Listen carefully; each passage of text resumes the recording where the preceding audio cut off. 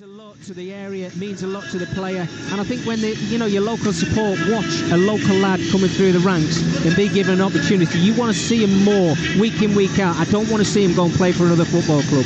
And when it comes to Newcastle, there is an inconsistency about them. They've won 4, lost 4 in their last 8 games, all competitions.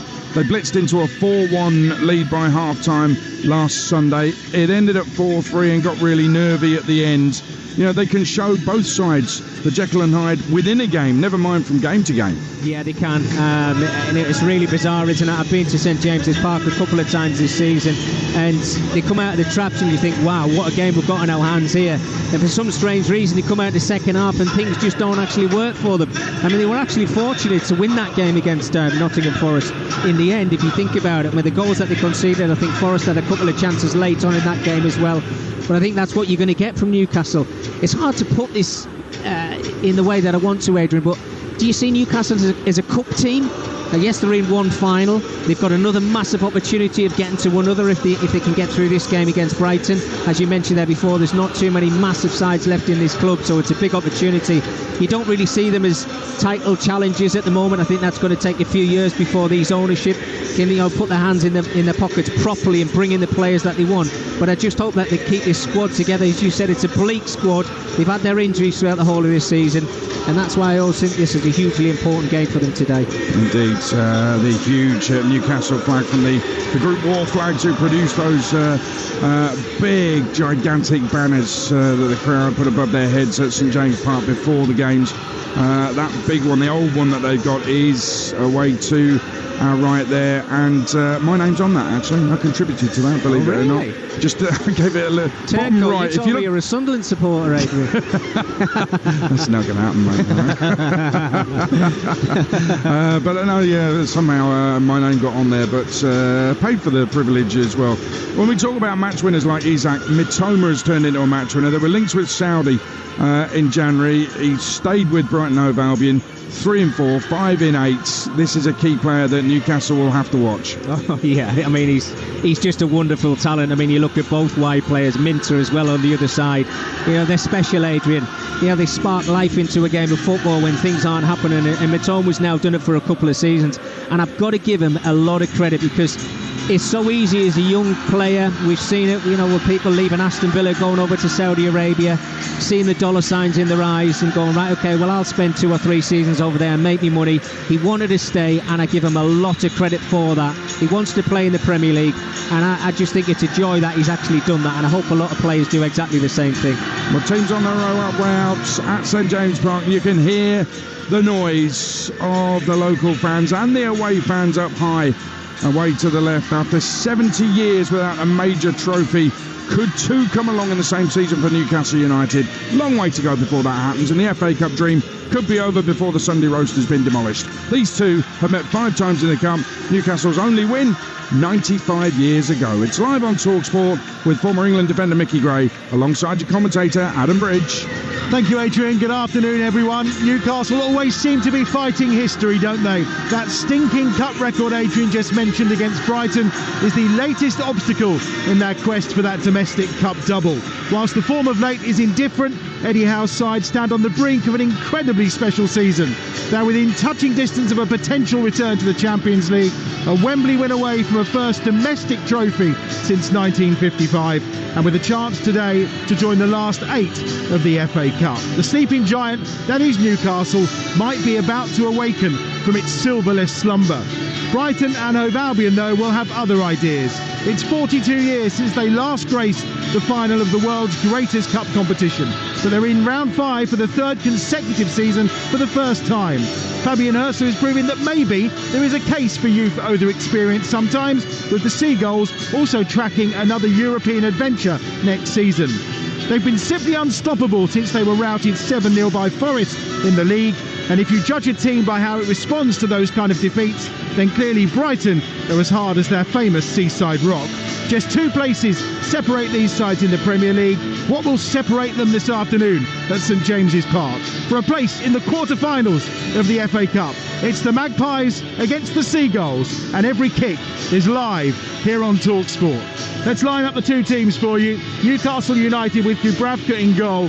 The two fullbacks are Livramento and Trippier, with Cher and Byrne in the centre of defence. Tonali, Miley and Joe Linton in midfield, with Gordon and Barnes on the flanks, and Isak up top with his 21 goals so far this season in all competitions. As for Brighton, Verbruggen is in goal. It's a back four of Lamptey, Van Hecke, Webster and Estupinian. In midfield, Baliba and Hinchelwood, with Minte, Rutir and Mitoma supporting João Pedro, who is up top for Brighton. Anthony Taylor is the man in charge, and on VAR duty today is James Bell. Let's just hope we don't need him, particularly not for 8 minutes, eh, Mickey Gray? No, absolutely, yeah. Let's just have a great game of football, whether it's 90 minutes or 120 minutes or penalties.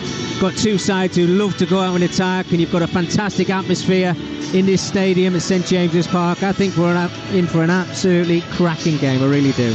Just 3 places remain in the quarter-final lineup for the FA Cup. One of them will go to Newcastle or Brighton, and then later this afternoon, exclusively to National Radio, we'll bring you Manchester United against Fulham, and then the round 5 concludes tomorrow evening with Forest against Ipswich on Talksport from 7 o'clock. The atmosphere, as ever, at St James's Park is outstanding, and Anthony Taylor, our referee, is about to get us underway, and it will be Brighton who will get us away. They're all in their change strip of all yellow with a thin stripe down their shirts, and they're kicking from left to right in the opening 45 minutes, and immediately launching a long ball forward from the back is Verbruggen, who scored that own goal against Chelsea in the last round. Since then the form's been good, and it's Kieran Trippier who's lined up at right back for Newcastle United. We did wonder. Livramento has taken on the left back role today. They do have a specialist left back in Matt Targett on the bench, who started the other 2 FA Cup ties so far this season. Some defending here to do for Trippier, because Mitoma has it on that far side, and they have possession Brighton inside the box, and immediately driving the ball across the edge of the 6-yard area. That time was Rutir, and it's half cleared up towards halfway, where it's controlled once more by Van Hecke for Brighton, who've made a confident and bright start here at St James's Park inside the first 60 seconds. Van Hecke again just inside his own half. Around at his heels is Joe Linton, back in the starting lineup for the first time today, having missed 5 games, and he's been a big miss for Newcastle United in that midfield. Yeah, absolutely massive. His energy levels, his physicality, I think, it's key to have him back as well. I think a big surprise to me, Adam, is Trippier playing at right back alongside Mitoma. I thought it would have been the other way around because of the pace. Livramento in a 1v1, I think he's got a better opportunity of being alongside Mitoma, but it's not to say that Livramento can't play in this left back position. He can do that, and Minter will cause him problems as well, but really bright start so far from the away side, I have to say. Dubravka will launch that forward for Newcastle United in their traditional black and white stripes, of course, as they play at home, and Mitoma flicks that ball on towards Pedro, who's 10 yards outside the Newcastle penalty area. Down the right hand side, Minte, who heads towards the corner flag, but just intercepted by Anthony Gordon, who's taken on the position on this left flank, and he'll combine here with Livramento midway inside the Newcastle United half. And Sandro Tonali, one of those who is still in the starting 11 following that defeat against Liverpool in midweek. And it'll be Newcastle for the first time just with an opportunity to have a little bit of possession of the football as we head into the 3rd minute at St James's Park. Newcastle United 0, Brighton 0. Here's a chance maybe for Joe Linton to affect the game immediately. Good ball forward that time in the charge now from Miley through the middle. Does brilliantly. And Harvey Barnes then lays it off nicely with the help of Livramento. And now on to Gordon, who slips that inside the box. Barnes has continued his run. Gets towards the byline. Just shepherded out. Cuts it towards the back post. Nodded down. And it's saved and cleared away. And the second attempt from Isak is put over the bar. What a moment. Harvey Barnes with a delicate cross towards that back post. And Isak probably will feel he should have scored. It's brilliant, isn't it, from Newcastle from back to front. Harvey Barnes makes a wonderful run. He has started the game over that right hand side, but finds himself inside the 18-yard box on the left hand side. Great little dink, I have to say, to the back stick, and Isak there gets above his marker, the header, and then the rebound. You'd expect the the ball to find its way into the back of the net. But great start. Brighton started brightly, but Newcastle have certainly came into the game with the best opportunity. There's an excellent stop on the goal line for Brighton and Hove Albion. And Isak immediately in the game upon his return, of course. Only missed the game against Liverpool in midweek with what was described as a slight issue in the groin, but he's fit and raring to go today. Livramento being chased down here by the corner flag that time as he was trying to shepherd the ball out of play by Yankuba Minte, who's had such a good season for Brighton and Hove Albion. And I mean, you look around this Brighton side and you can't fail to be impressed not only with the recruitment strategy but also the energy and the effort that these players put in during the game. Excellent, and I think we've just seen why that Livramento is starting as a left back, because Minte, as you mentioned there before, he's got a lot of pace as well, and that foot race was absolutely fantastic. They just love to get the ball into those forward positions, Brighton. They're so exciting to watch on the eye, and you have to be on your guard throughout the whole of this game. Chance now maybe for Brighton to break, but there's a foul on Tonali that Anthony Taylor is going to punish immediately. Adam Webster comes forward to speak to Anthony Taylor and find out the theory behind that challenge and that foul, but Tonali is down. It will be a free kick for Newcastle about it's just at the edge of the centre circle inside the Brighton half. Yeah, a little bit fortunate there, I have to say, Newcastle to pick up the foul. I've just seen a replay there, and Georgino Rutter, he did make contact, and maybe it was because the whole of his body was off the ground, but he did make contact. I'm not quite sure how much he made with Tonali. This gives Newcastle an early opportunity to put that ball into Brighton's 18-yard area. And a chance for Kieran Trippier to get himself involved in the game as well. He's over the top of this free kick, and Byrne and Cher have gone forward towards the edge of the penalty area, away to our left-hand side inside this majestic stadium. And it is Trippier who is going to launch this one forward for Newcastle United. All eyes on as he swings it towards the penalty spot, and immediately there's a foul. I think Dan Byrne is the man who's penalised on this occasion, ends up catching the ball, and it will be a free kick for Brighton at the edge of their own penalty area. And we've had just over 5 minutes at St James's Park, and it remains 0-0 on Talksport. I always think Dan Byrne should do a lot more when Newcastle have set pieces. You look at his goals returned from set pieces, it's not great. Yet to find himself on the score sheet this season as well. I think that physical presence, the height that he has, he's just got to stand there and be a nuisance to everybody. Certainly playing against this back line at Brighton as well. Maybe the game as it goes on and pans out a little bit, I'm sure he's going to grow into the game a little bit, but he has to try and make an impact. Both these sides, of course, within sniffing distance of those Champions League places in that incredibly congested section of the Premier League right now. João Pedro forward for Brighton and Hove Albion towards the edge of the penalty area. Really good challenge that time from Dan Byrne. Pedro stays down inside the penalty area, and in the end the ball out of play on that far side. Kieran Trippier is the one who's put it into touch, and Pedro is going to be checked on here by Anthony Taylor. Probably not too much of a fair contest that, is it, Pedro against Dan Byrne? Well, he's done really well, Dan Byrne, hasn't he? I mean, to be fair, João Pedro, the lovely little give and go, but Dan Byrne just stood his ground. He waited for João Pedro just to try and nick the ball to the side of him, held his ground as a centre-half should do. No way was it a penalty. João Pedro's just down on the ground there. He's probably just a little bit winded, but see him back on his feet now, and it looks like, is it Kieran Trippier might have a problem from Newcastle as well? Yeah, it looks like he has. He put the ball out of play on that far side, as we said, and he's just gone down. A couple of Newcastle players, no physio as yet, but Trippier just walking a little gingerly on that far side, in line with the edge of the Newcastle penalty area, away to our right-hand side, which is being patrolled right now, of course, by Martin Dubravka, who finds himself back in, having been dumped out for the last 2 games. Yeah, Nick Pope returning, of course, in that 7-goal thriller here against Forest last Sunday, and also for the game against Liverpool after an injury. Many feel it was a little bit harsh on Dubravka, who'd just been talking about a new contract, and there's a bit of poor defending this time from Webster, who's conceded the corner. He went for the back pass to Verbruggen away to our left-hand side, but was nowhere near him, and he's had to hack it into touch, and it will be a corner here on that far side for Newcastle United. Just felt the pressure from Alexander Isak when he was trying to play that ball back to his goalkeeper there, Verbruggen. He just never made good contact with it.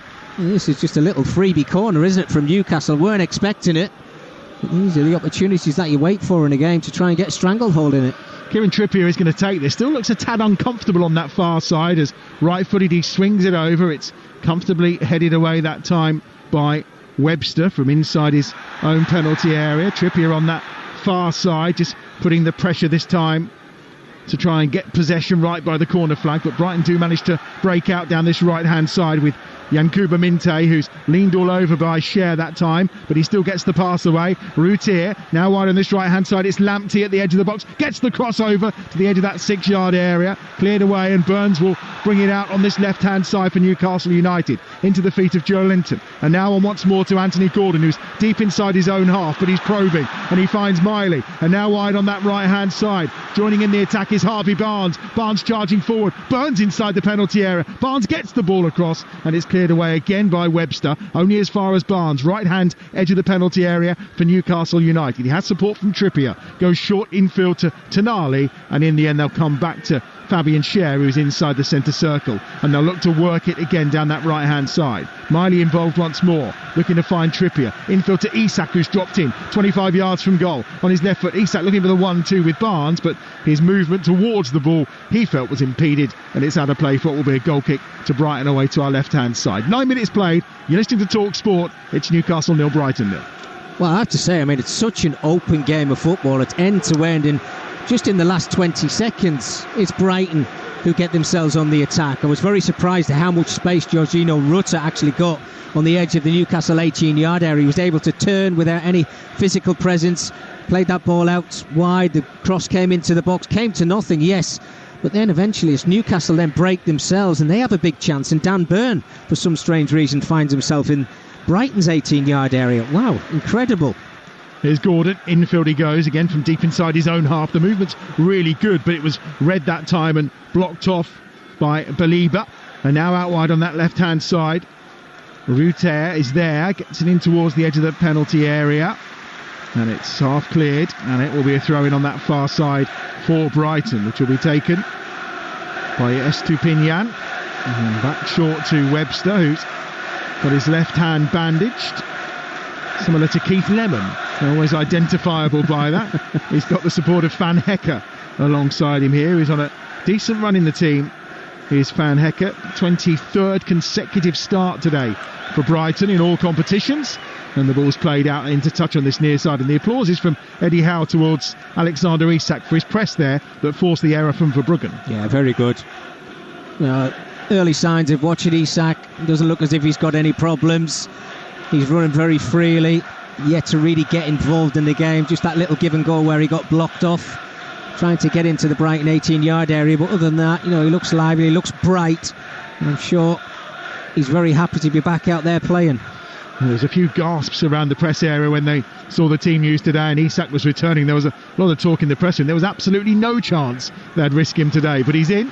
Livramento on the way to Gordon. Offside flag is up on that far side. Remember, we do have the semi-automated offside in action today, which, as I was reading through the frequently asked questions about it in the briefing from the FA, said it should speed up any offside decisions, unless it's in play on the South Coast yesterday. Of course, as you may have heard Adrian talking about a little bit earlier on here on Talksport this afternoon. 7 minutes and 40 seconds, I think. Yeah, the previous was about 5.5, wasn't it, in a game between, I think, West Ham and Villa maybe, or maybe it was West Ham and Newcastle, I think sometime last season. It is a new VAR record anyway, an unwanted one as well, I would suggest in this instance. Yeah, we don't want to see that. I think everybody wants to see the game flow, bringing in all this new technology to make it better, but it only seems to be going backwards and getting worse. This stage last season, it was a defeat at the hands of Wolves for Brighton by a 1-0. They'll be looking to try and put that right today, of course. They did last time they got to round 5 prior to that, make it all the way to that semi-final against Manchester United, which they lost on penalties down at Wembley. They've gone past round 5 twice in the last 6 years.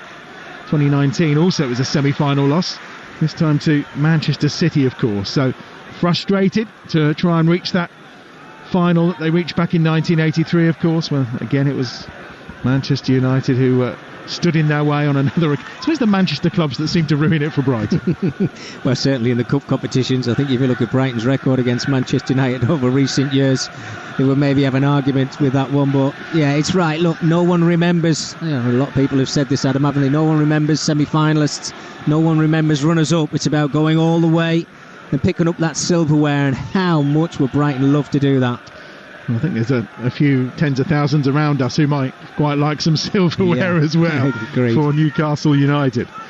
Throwing down this right-hand side will be taken by Lamptey for Brighton. Really open game this in the opening stages. 13 minutes play, both sides trying to play on the front foot, and some very nice football being shown by both, and a nice turn of heels there by Believer just to try and get away from the attentions of Lewis Miley midway inside his own half, and in the end Matoma drops in. Lovely little flick from Hinshaw, just full of confidence for such a young man, of course. Down this right hand side it's Minte who will try and help it on to Lamptey, and again that's brilliant from Livramento, who's really established himself in this Newcastle side as he tries to skip between Believer and Minte, but between the two of them they managed to win back possession for the visitors. And inside the centre circle it's Matoma now trying to force the way forward for the side from the south coast, but Hinshaw is happy just to take the sting out the game for a moment and have some possession here for Brighton on halfway.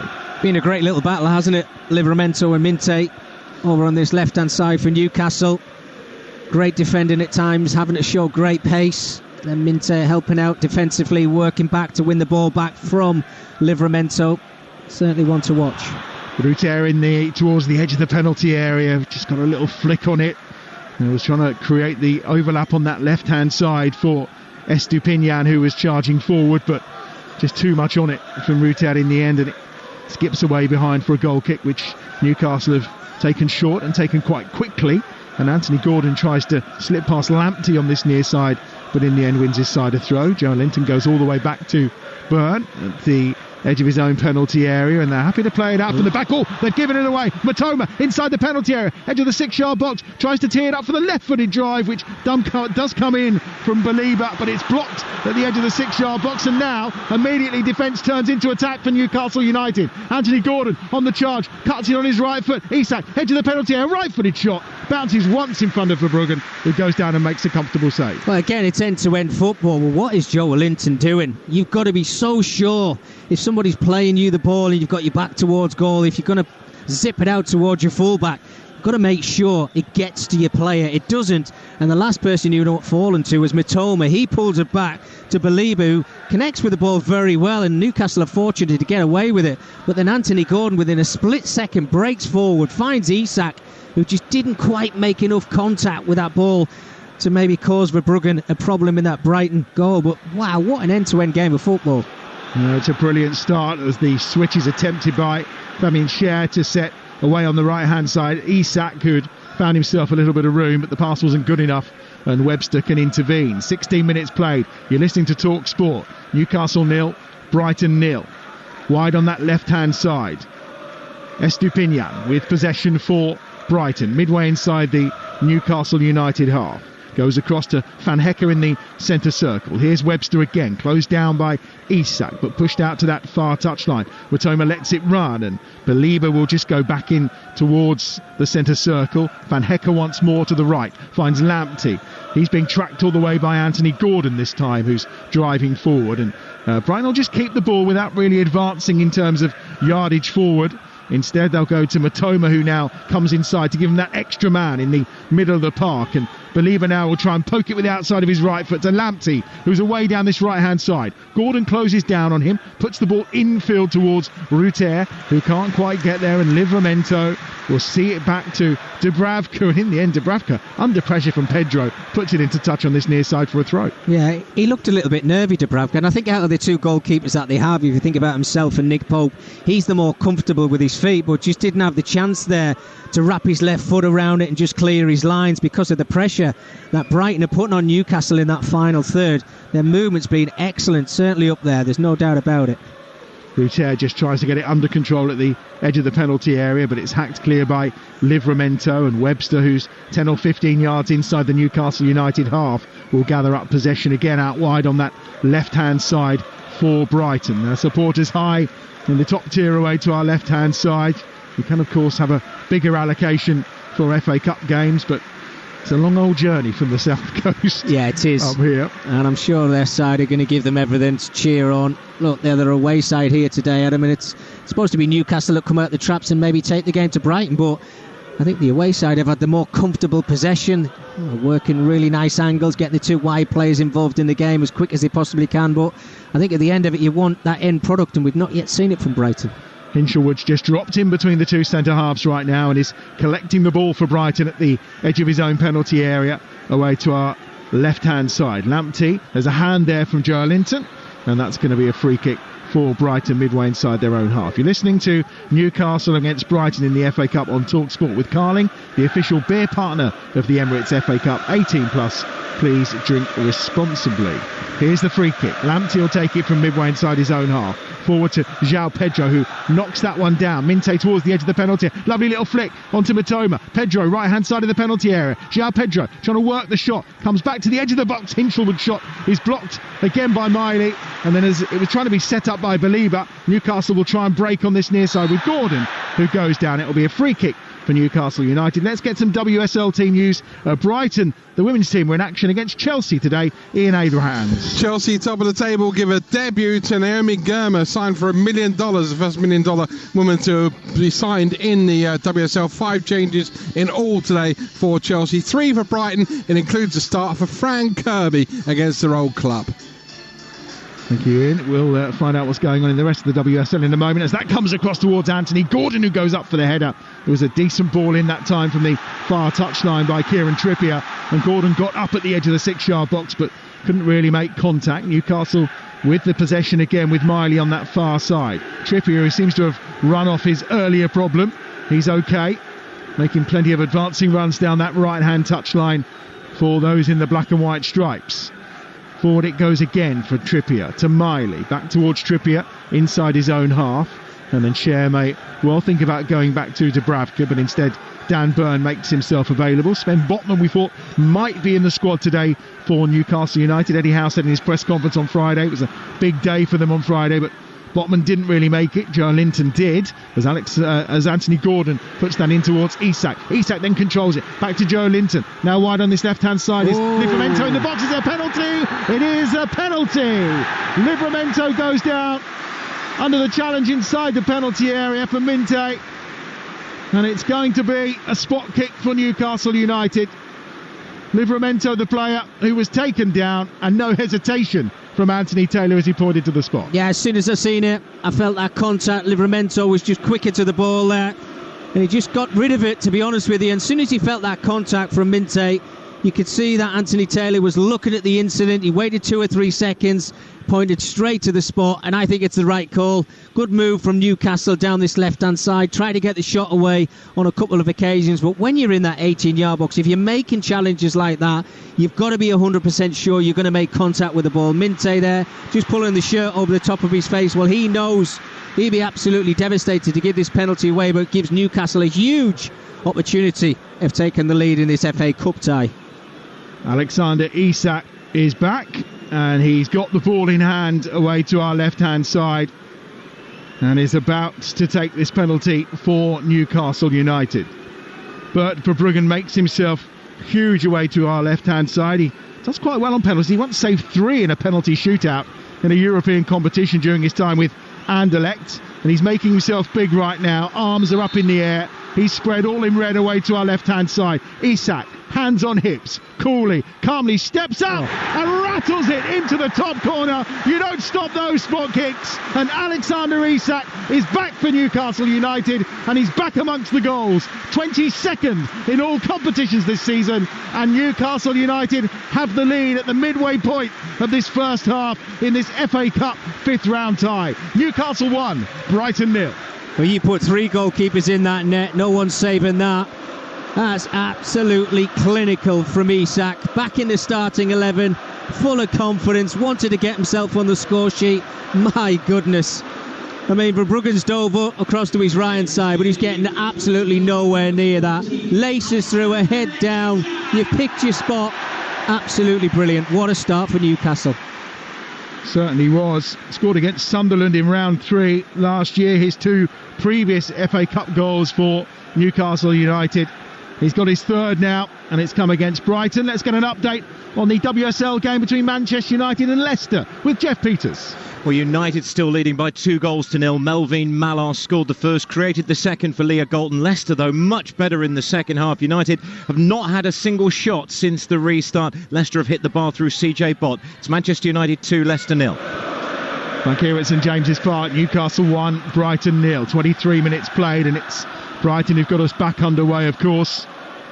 Minte will be desperate to try and make up for his mistiming and his misjudgment on that tackle on Livramento on this near side. But a really good start to this game. Both sides trying to play that football, but it's Newcastle have the advantage. Here is Minte down this right-hand side, trying to get the better of Livramento this time, but that ball's going to run out of control and into the arms of Dubravka, away to our right-hand side, and immediately he's looking to get things moving with Barnes down the right-hand side. Isak, he's got Webster up against him. Isak on the charge here towards the edge of the penalty area. Barnes has continued his run in the box, but that pass wasn't going beyond Estupinian, who inside his own penalty area will bring it clear for Brighton, and he gets it out wide to this right-hand side where Lamptey has possession, wearing gloves. The sun is out, tad chilly, not sure it's quite glove weather, Mickey Gray. Beautiful, absolutely beautiful day in the northeast, isn't it? It's like this every time we come up here, Adam. Don't know what you're complaining about. I think it's lovely. I don't know, he's got gloves on for it. It is very lovely, there's no doubt about it. Spring has certainly sprung in the northeast today. 24 minutes played. Newcastle 1, Brighton 0. João Pedro now, edge of the box, left-hand side for Brighton. Looks to get the cross in it. Cannons off Dan Burnham behind what will be a corner on that left-hand side for Brighton. Yeah, there was a few shouts for a handball there, wasn't there, as that ball was whipped into the box there, but not for me. I think when a player just turns his body, yes, his arms up by his side, I don't even think that'll get checked there. But one thing, you're watching this game, aren't you? I can't believe how open it is at both ends. Newcastle, it seems like every time they counter-attack there's an opportunity, and very similar with Brighton, which is making it being a fantastic game.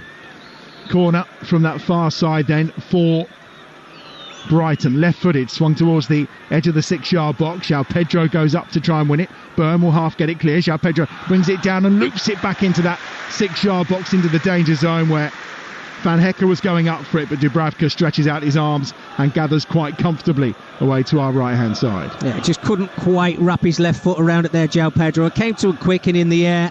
Just tried to get anything on it to just put it into Newcastle's 18-yard box. They've done quite well in recent times in round 5, have Newcastle United. They've won their last 9 round 5 ties. The last defeat was back in the early 90s when they were beaten by Blackburn. And they have the advantage here with 26 minutes played on Talksport. Newcastle 1, Brighton 0. Offside flag up against Alexander Isak. So Brighton will have another set piece and a free kick. This one is about 7 or 8 yards just inside their own half, inside the centre circle. And Hinchelwood is in possession. 3 FA Cup appearances for him prior to today.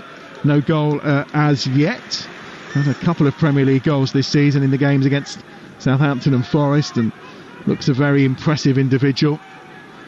But you may have heard Mickey and Adrian talking before kick-off today. Maybe not quite ready for England in the eyes of Mickey, but he's certainly one to keep an eye on for Thomas Tuchel.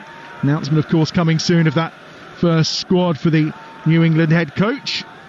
And you'll hear those games, of course, on Talksport. Away to our right-hand side. Dubravka has the ball at feet once more. Out to that right-hand side. Trippier's there. Cuts in field.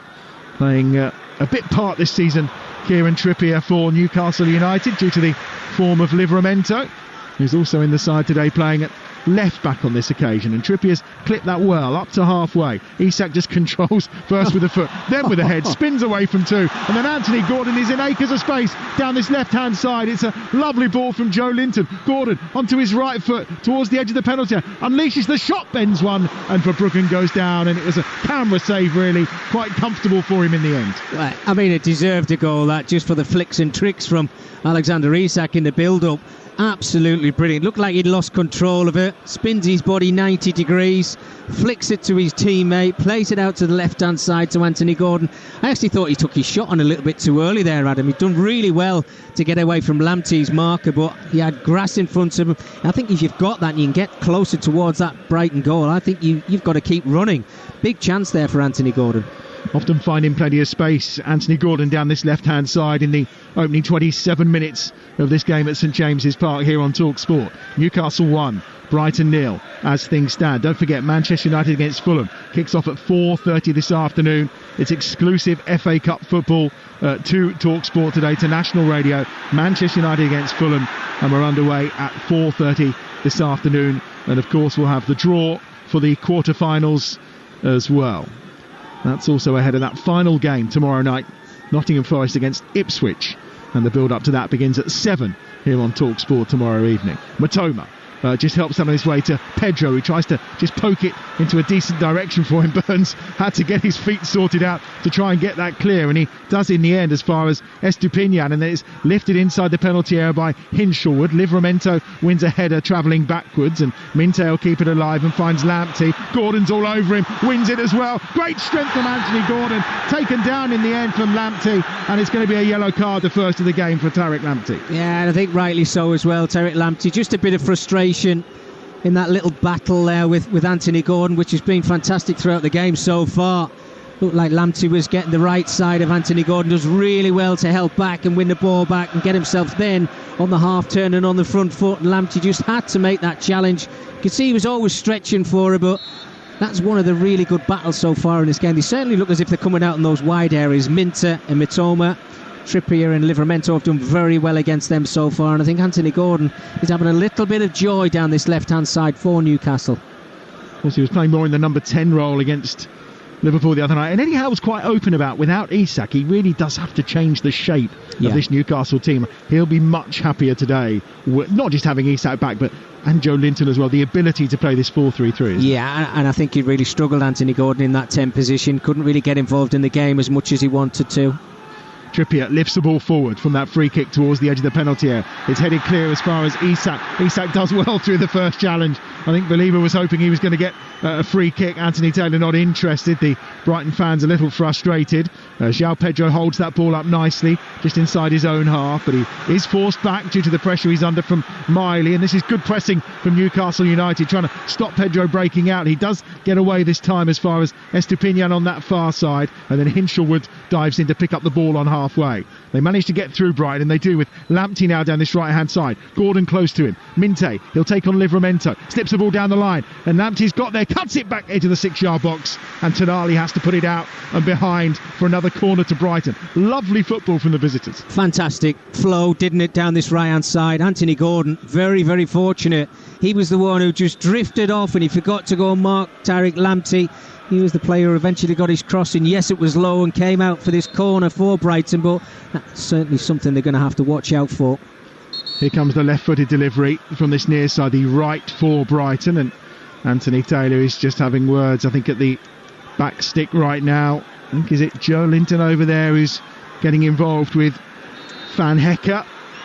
Anthony Taylor has a word with both, and now finally blows his whistle to allow this corner, which is swung across left-footed towards that back post, and up for the header was Webster, but he puts it over the crossbar away to our right-hand side. If you are just waking up over in North America and you're listening on Sirius XMFC, welcome along and good morning to our listeners over there who are joining the FA Cup coverage on Talksport across this weekend. We've also got more live football throughout the week this week. Of course, we're heading into a massive week of Champions League football. On Tuesday night, a double header for you.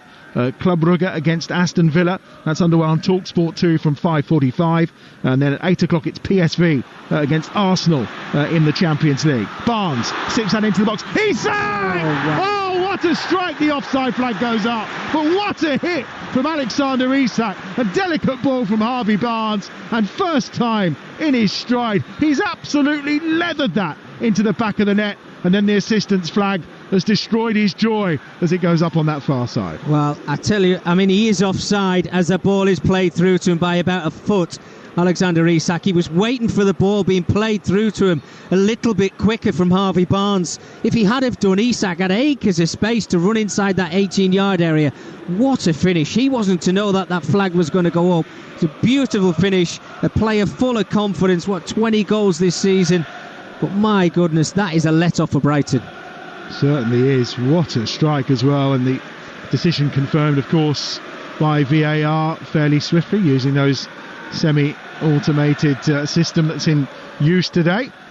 Halfway, Isak has it, keeps the ball alive. Well, he thought he had, again with a terrific bit of skill, a bit of ball juggling on halfway. But the assistant on that far side, who's just called him for offside, has now upset him by putting the flag up, saying the ball was out of play. Yeah. There's players, isn't there, when you watch them, they've just got that little stardust, that little bit of magic, haven't they? And we know that Isak's got it. We've seen it since he's been in the Premier League, and maybe even just before he actually came. But he's just special, isn't he? The little touches, the movement is fantastic. 63 million seems like an absolute bargain right now, doesn't it? Here's Matoma towards the edge of the penalty area. João Pedro out wide on that left-hand side is Estepinian, but instead they're going back to Van Hecke, and it's good pressure from Newcastle. They blocked off all avenues and have forced Brighton back into their own half away to our left-hand side. 33 and a half minutes played. Newcastle 1, Brighton 0. You're listening to FA Cup Game Day Live on Talksport. Away to our left-hand side, Hinchwood finds Lamptey. Lamptey on this near touchline, just down beneath it, a couple of yards away from Fabian Hürstler, who is prowling his technical area. As ever, Eddie Howe, his hands in pockets on this near touchline as well, as that ball runs to Minte and then to Ruter, and now out wide to Lamptey. Lamptey lovely to cut inside onto his left foot, tries to bend one towards the back post, and Dubravka had to gather it because Matoma was arriving and immediately bowls it out to Isak on that far side. Is he caught by Webster? Yes, he is, in the eyes of Anthony Taylor, and Adam Webster's the second Brighton player to go into the book. Yeah, 2 Brighton defenders now picked up yellow cards in this first half. Webster, I think he knew that he was under the cosh a little bit there when Alexander Isak got that first touch. He had him on the half turn. He was in serious trouble if he'd have got him on the front foot and running back towards his own goal. I think he knew he had to make that cheap little foul, and Anthony Taylor straight away, hand in pocket, to give out that yellow card. Dubravka taking his time as he approaches the kick away to our right-hand side. Started against Bromley in the Cup before Nick Pope took over, of course, in the game against Birmingham City, that 5-goal thriller in round 4.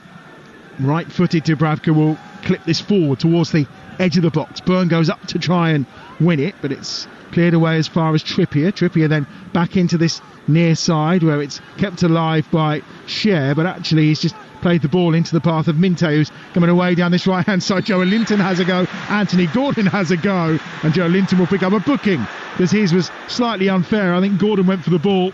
Joe Linton purely tried to take the man. Yeah, went down to ground, Joe Linton, didn't he? I think he knew he was in a bit of a sticky situation. Good play from Minte, just taking the pressure away from his back line there. But just prior to that, as that free kick, and it was something I touched on, Adam, about Dan Burn when he goes up for set pieces. I think he has to do more. You know, you think about the size of him, and that ball's around his vicinity as well, and Webster then leaps a foot higher than him.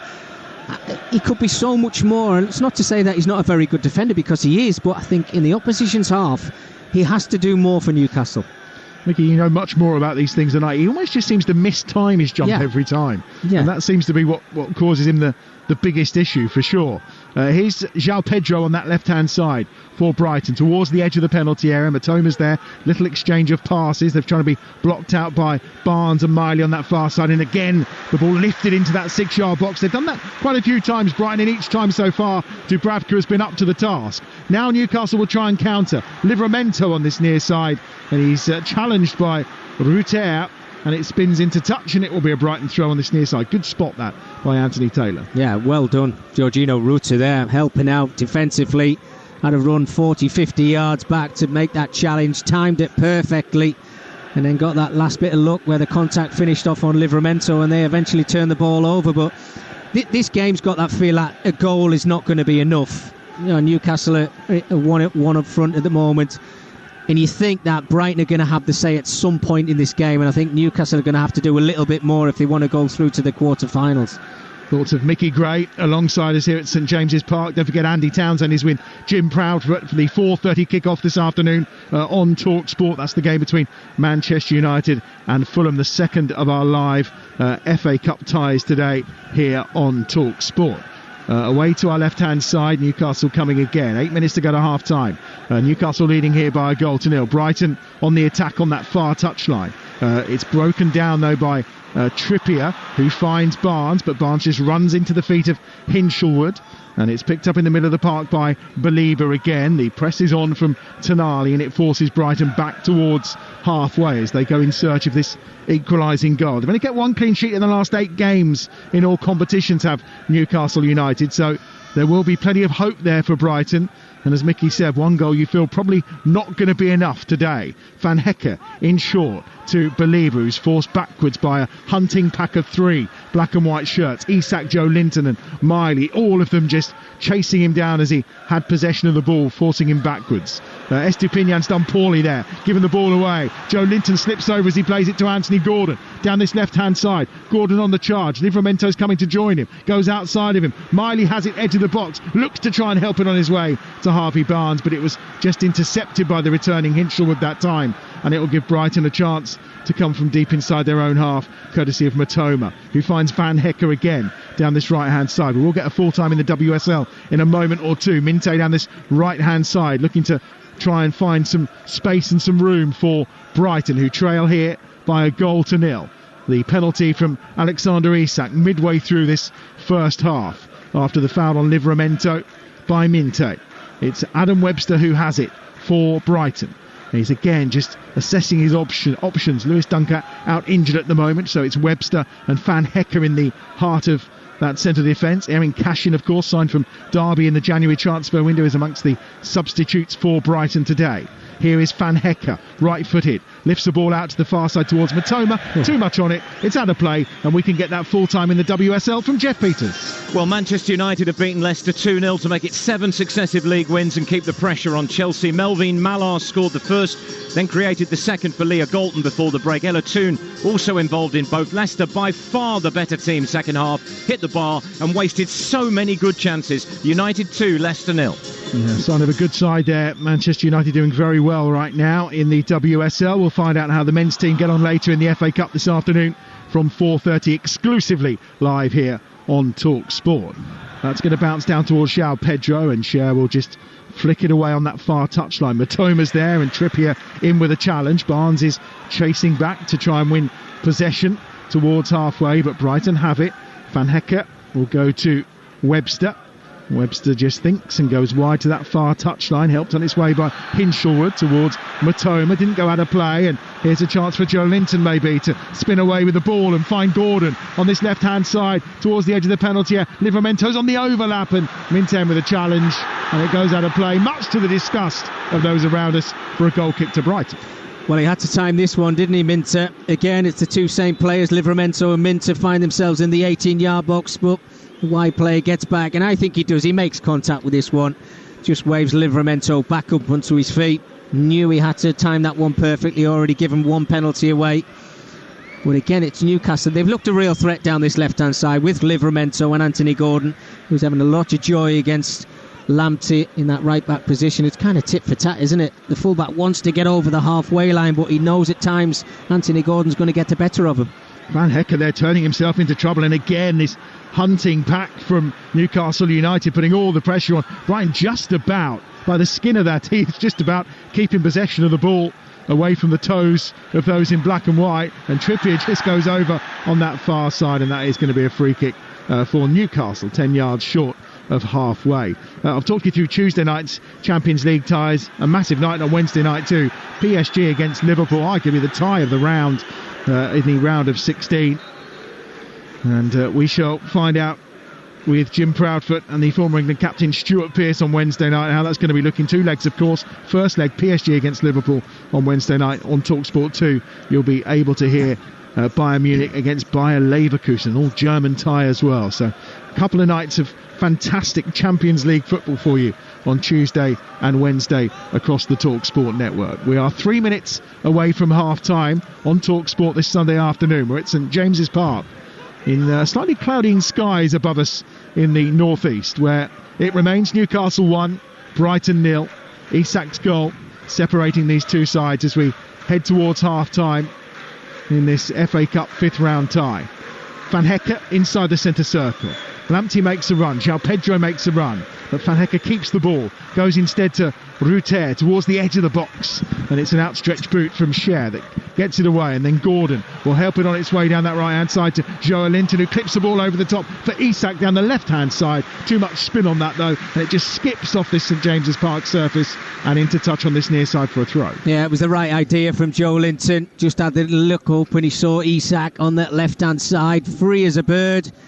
We just got a little bit too much pace on that diagonal pass. Otherwise, Isak would have been on again in that 1v1 situation. They've looked to threat Newcastle in that final. It's certainly more than Brighton, who I want to see a lot more from. Certainly if we're going into the second half, they've not had one shot on target, and the wide players need to get involved in the game. João Pedro slips that one in. Minte's got in here, just at Dubravka to be, and he does! It comes off Trippier, who stood across with a challenge, but Brighton are level. And he makes amends for giving away the penalty earlier.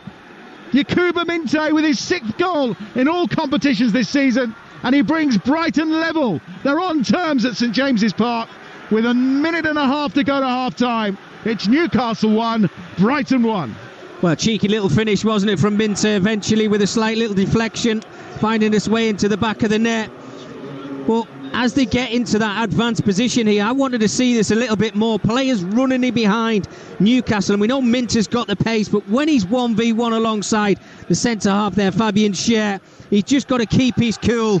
Looks as if he's going to play it wide of the goalkeeper, Dubravka, but he goes for the near post, and that little deflection just takes it away from the goalkeeper. I asked for more from the wide players from Brighton. Well, we just got it. That's the equaliser. Game on now. You have to wonder, looking at that, Mickey, whether Dubravka would have saved that, but Trippier's desperately tried to get across, and he's basically diverted it the other side of Dubravka. Yeah, well, there's no, look, as a full-back or a defender, there's nothing really you can do. You're just trying to throw your body in the way and block the ball from going in towards your goal. So, no qualms with Kieran Trippier for trying to do that, but Minty, you're right, it looked like he was trying to curl it around the goalkeeper, and he got that little deflection there from Kieran Trippier, and you're right, it just takes it away from the goalkeeper. I'm not saying Brighton deserve to be on level terms. I think they've been poor in front of goal. Their build-up play's been very good, and I want to see more from the wide players and the forward players, certainly João Pedro, but they've got that bit of luck. We said one goal wasn't going to be enough, and we were right. Yeah, it was a beautiful pass from João Pedro. And boy, does it set up the second half quite nicely, because we're about to find out how many minutes of added time there are at the end of this first half, as Verbruggen just shepherds the ball out. A couple of minutes, of course. We had a penalty that was probably the stoppage. That means it will be a throw-in right by the corner flag on this near side for Brighton. But I think Alexander Isak has basically said to his team, come on then, let's box them in. Let's keep them tucked in. Everyone's inside the Brighton half right now. This throw for Brighton on this right-hand side is literally a yard from the corner flag, away to our left-hand side. Lamptey's going to take it, and Anthony Taylor is saying, come on, please get on with it. We've already had 30 seconds of the 2 minutes added by the referee, and he's now given the throw the way. Oh, he's asking it to go back, which it is. I think the assistant's saying it never actually came into play, and again he's pushing him right back to the corner flag on this near side. This throw-in has taken nearly 50 seconds so far. Lamptey gets it in. Gordon will get a flick on it. Matoma will pick it up and bring it clear, and Matoma does well. Of course, they went behind against Chelsea in the last round. They also went behind against Bromley here, if you remember, too, and that's a really hefty challenge there on Joelinton. And João Pedro just watches, but it's Carlos Baliba who is getting a yellow card, a third of the half for Brighton and Hove Albion. Yeah, nasty challenge this. Baliba, Joelinton's done well, he's shielded the ball, he's just got his body in front of man and ball. And Baliba there, I mean, he's got no chance of winning that challenge at all. See, he actually comes off the ground. It could have been a lot worse. Thankfully it's not, but rightly so, a yellow card. Trippier lifts that one in. Of course, it was Newcastle that went behind against Bromley, not of course Brighton. They beat Norwich in round 3 by 4-0. But they did fall behind against Chelsea with that Verbruggen own goal, and that's headed forward this time by Byrne. There's a foul is there on Van Hecker at the edge of the box. There he is, and that's going to be a free kick for Brighton, edge of the penalty area. The 2 minutes added have been played. Scrappy ends to this first half since that equaliser. Verbruggen is going to come out to try and clear it for Brighton, and this, you feel, would probably be the final action of a pulsating opening 45 minutes here at St James's Park on Talksport. Nothing to separate the two sides right now. And again, Verbruggen just taking an age over this. And Anthony Taylor says enough is enough. And the half-time whistle goes. A few choruses of boos, I think, towards the Brighton players for their time wasting towards the end of that first half. But they go into the break courtesy of Alexander Isak's penalty, which put Newcastle ahead on the 22nd minute after that foul by Minte on Livramento. But boy, did he make up for it on the stroke of half-time. A through ball from João Pedro, and Minte racing into the penalty area, looked to put the finish beyond Dubravka's right, and across came Trippier, deflecting it to the left of the goalkeeper and into the back of the net. It sets up a fascinating second half at St James's Park, where at half-time it's Newcastle United 1, Brighton and Hove Albion 1. Well, that throw-in towards the end of the half for Brighton, deep in their own half, almost took as long as the VAR check at Bournemouth yesterday. Incredible. One apiece at half-time. Let's take a look at the half-time highlights in partnership with Carling. Emirates FA Cup half-time highlights on Talksport with Carling. Brilliantly refreshing from the first sip to the last. 18 plus. Always drink responsibly.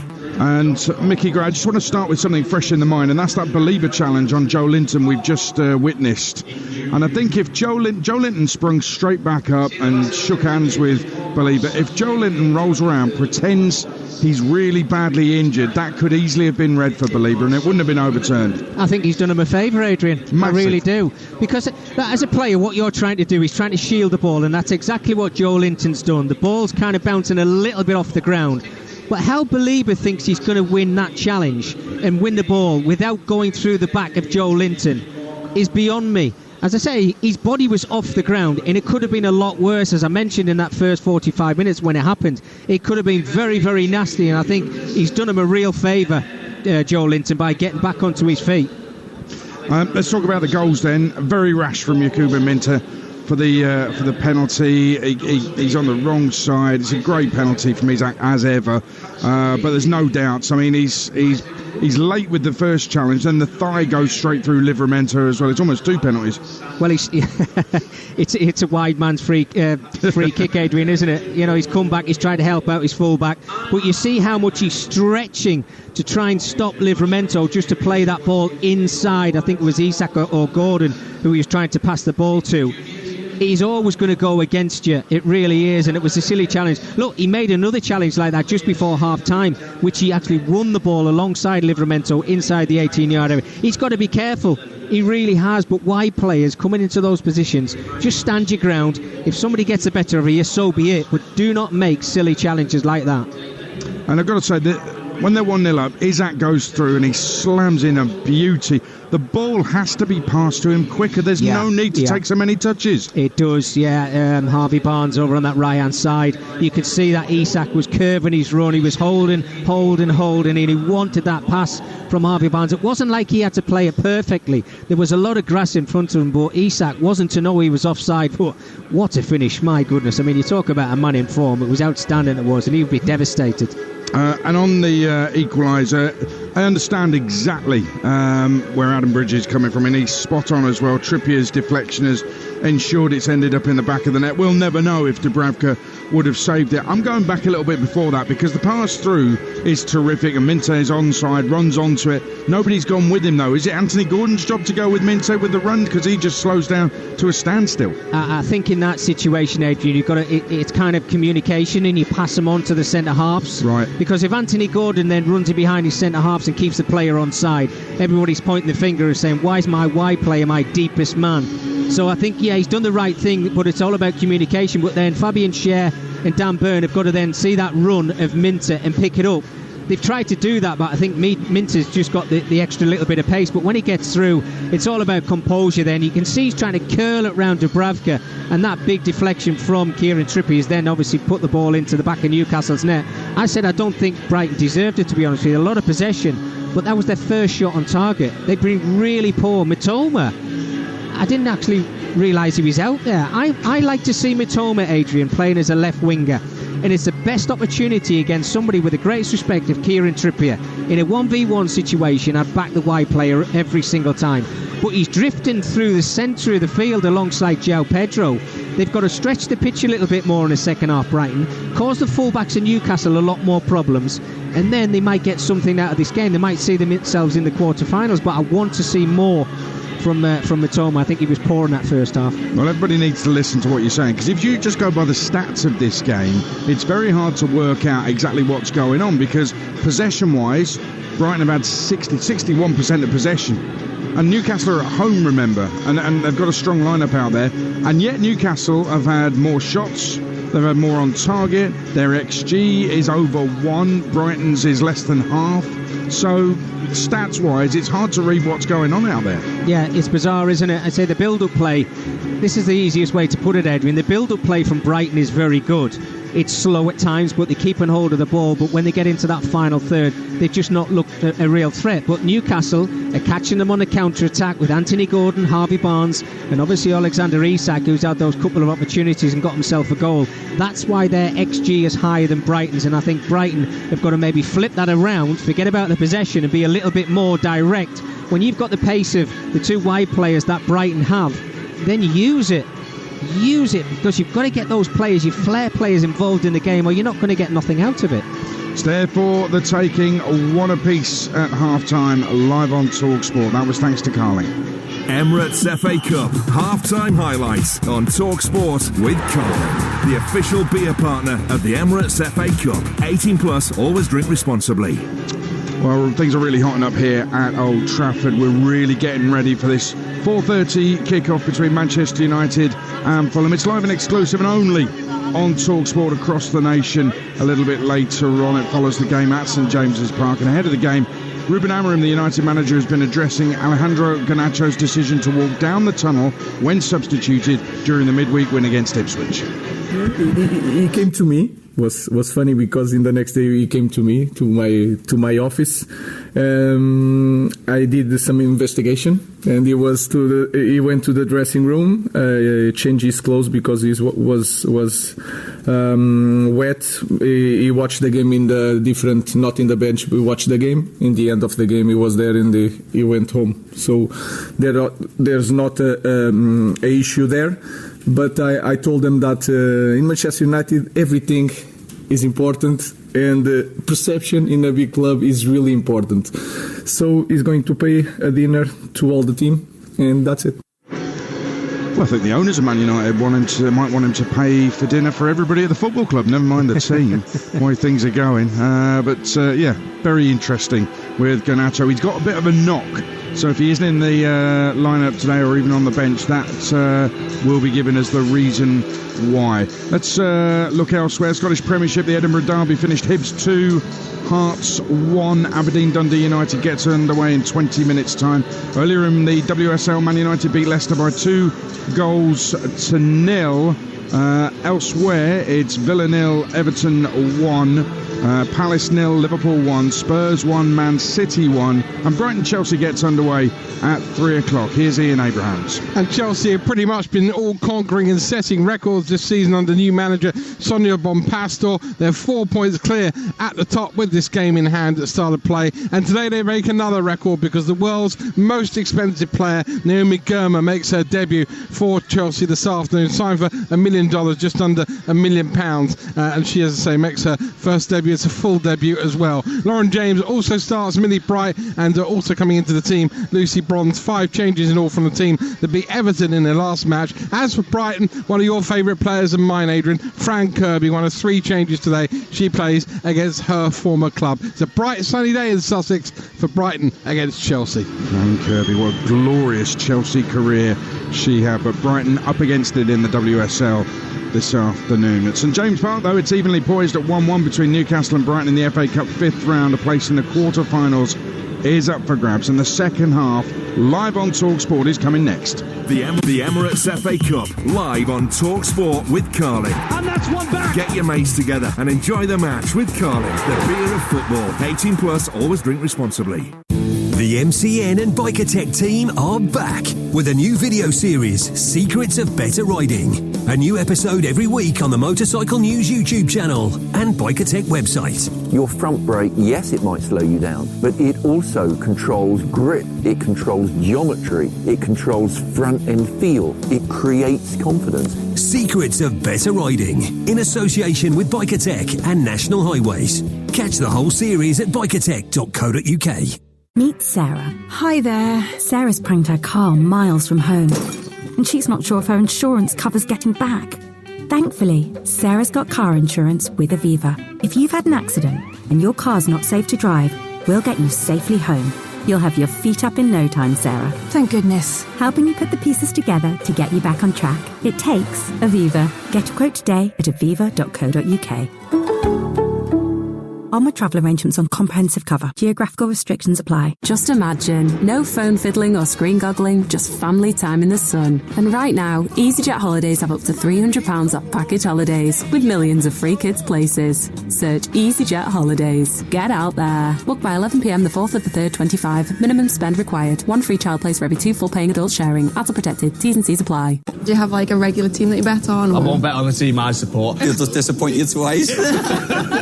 How do you keep it fun? Gamble safely with Betfred. With Virgin Money, you can feed your wanderlust with epic travel perks, so you get extra for your money, and you can boost your balance with cashback and savings, so you get extra for your money. You can even enjoy rewards from across the Virgin family, so you get extra for your money. That's right, with Virgin Money, you get more for your money. Add extra to ordinary. Search Virgin Money. Backed by the current account switch service, UK 18+ terms apply. Virgin Money is a trading name of Clydesdale Bank plc. Get that Euro Millions feeling with this Friday's £104 million super jackpot. So super, you've got to dance. So let's dance like never before. On a beach, on your own private island.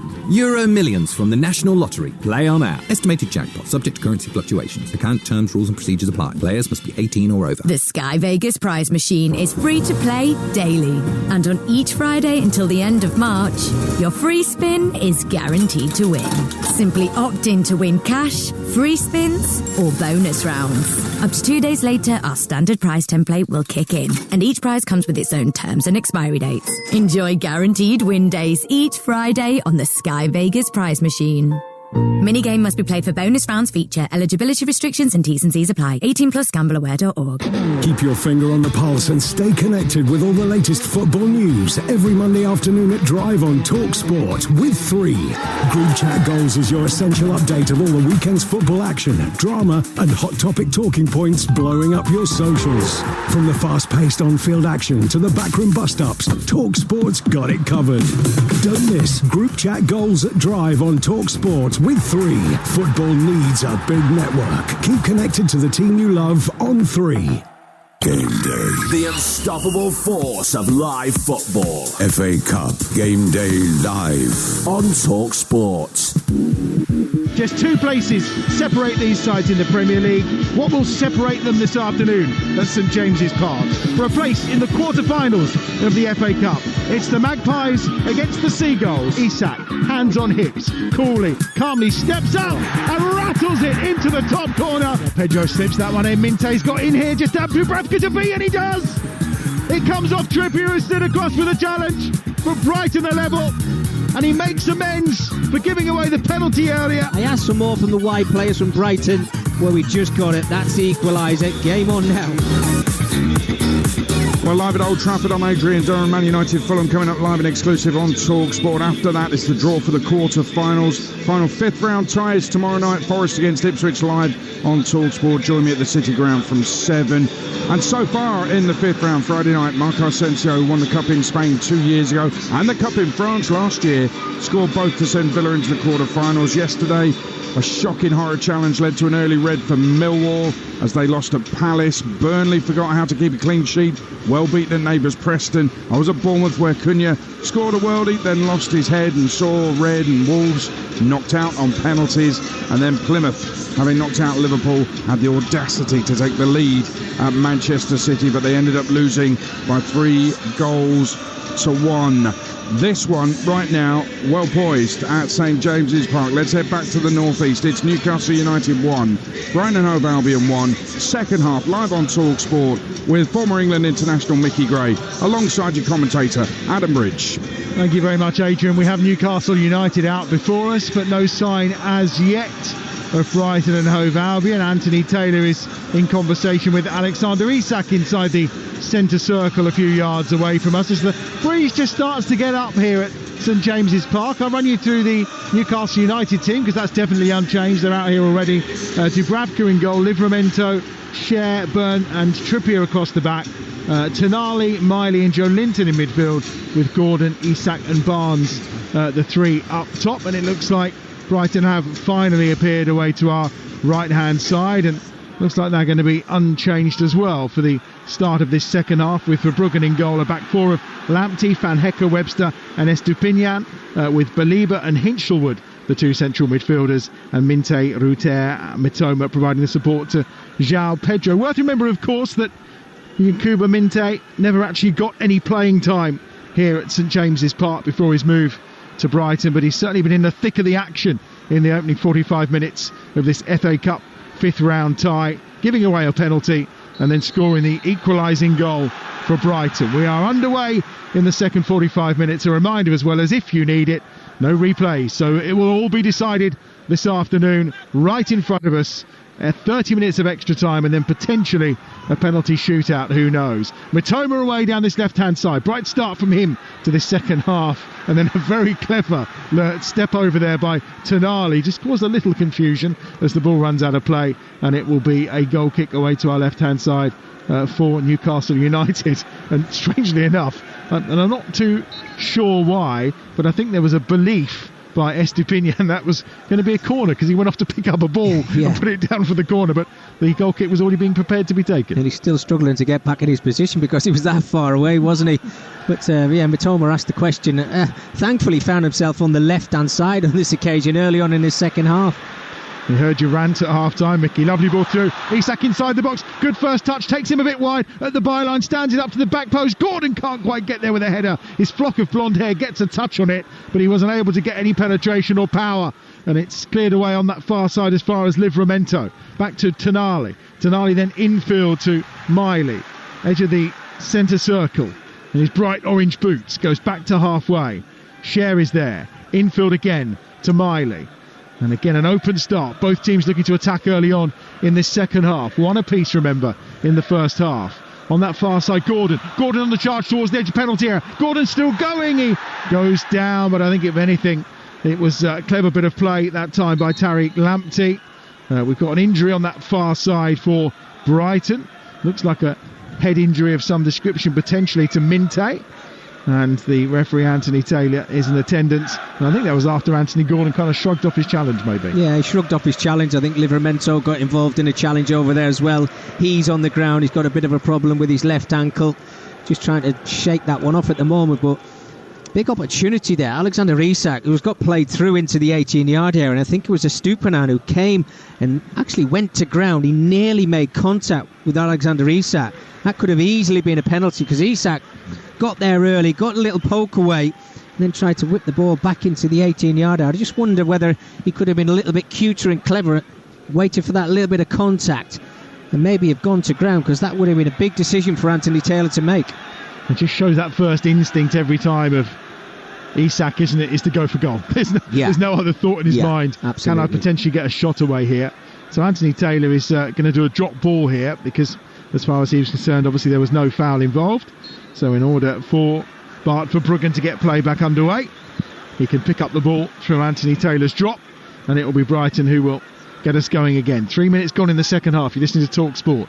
Newcastle 1, Brighton 1. A reminder, 4:30 today, we bring you live an exclusive commentary of Manchester United against Fulham in the 7th of the 8 FA Cup 5th round ties. Taken down on the far side by Joel Linton that time for Newcastle United. Charging forward again is Livramento. Whatever the problem was, he's up and about and seems to be happy to try and run it off on that far side. Byrne just gets there ahead of João Pedro. It was a bouncing ball that you just wonder maybe Pedro would have got there first, but it's good play from Byrne. And then Joel Linton again on that far side, just teasing and trying to get away from the attention that was being offered to him by Ruter, who was pulling down on his right arm as he tried to offload the ball, and he did it well enough to Cher from just outside his own penalty area up to Joe Linton, who is all alone on halfway, but he loses out to Baliba.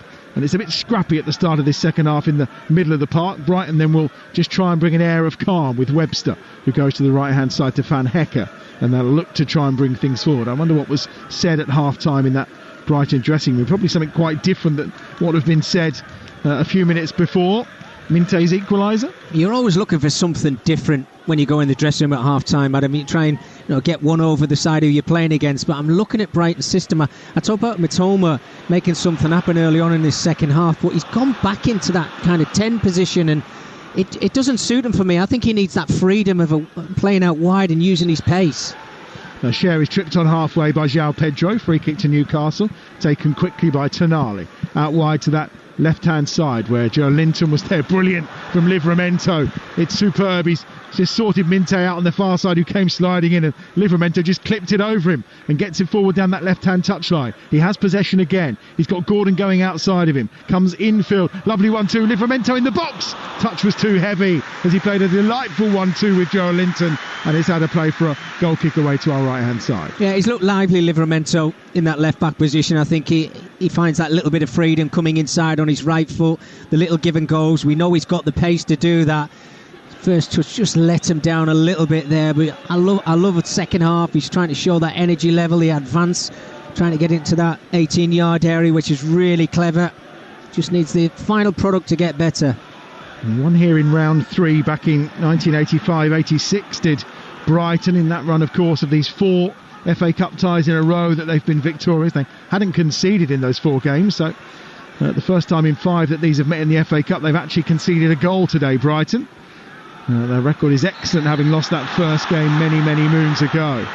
Anthony Gordon with a foul this time. Free kick for Brighton, midway inside the Newcastle half, and I think Tariq Lamptey's trying to be clever and take that quickly, even though he's still got a player down on the floor in Jorginho Ruter. And the referee not buying any of it from Tariq Lamptey. Yeah, not quite sure. It might have actually been Joe Linton with the last contact there, Adam, who made that foul. He's got to be careful in this game. He's already on a yellow card. We know he's got that physical presence, and he's not going to pull out of any challenges. And I'm sure Auntie Taylor's just put a little mark next to his name to say any more of them, you're going to be in big trouble. John Linton, one of 4 players booked in the opening 45 minutes here at St James's Park this afternoon. We are 6.5 minutes into the second half. It remains Newcastle 1, Brighton 1. You're listening to Talksport.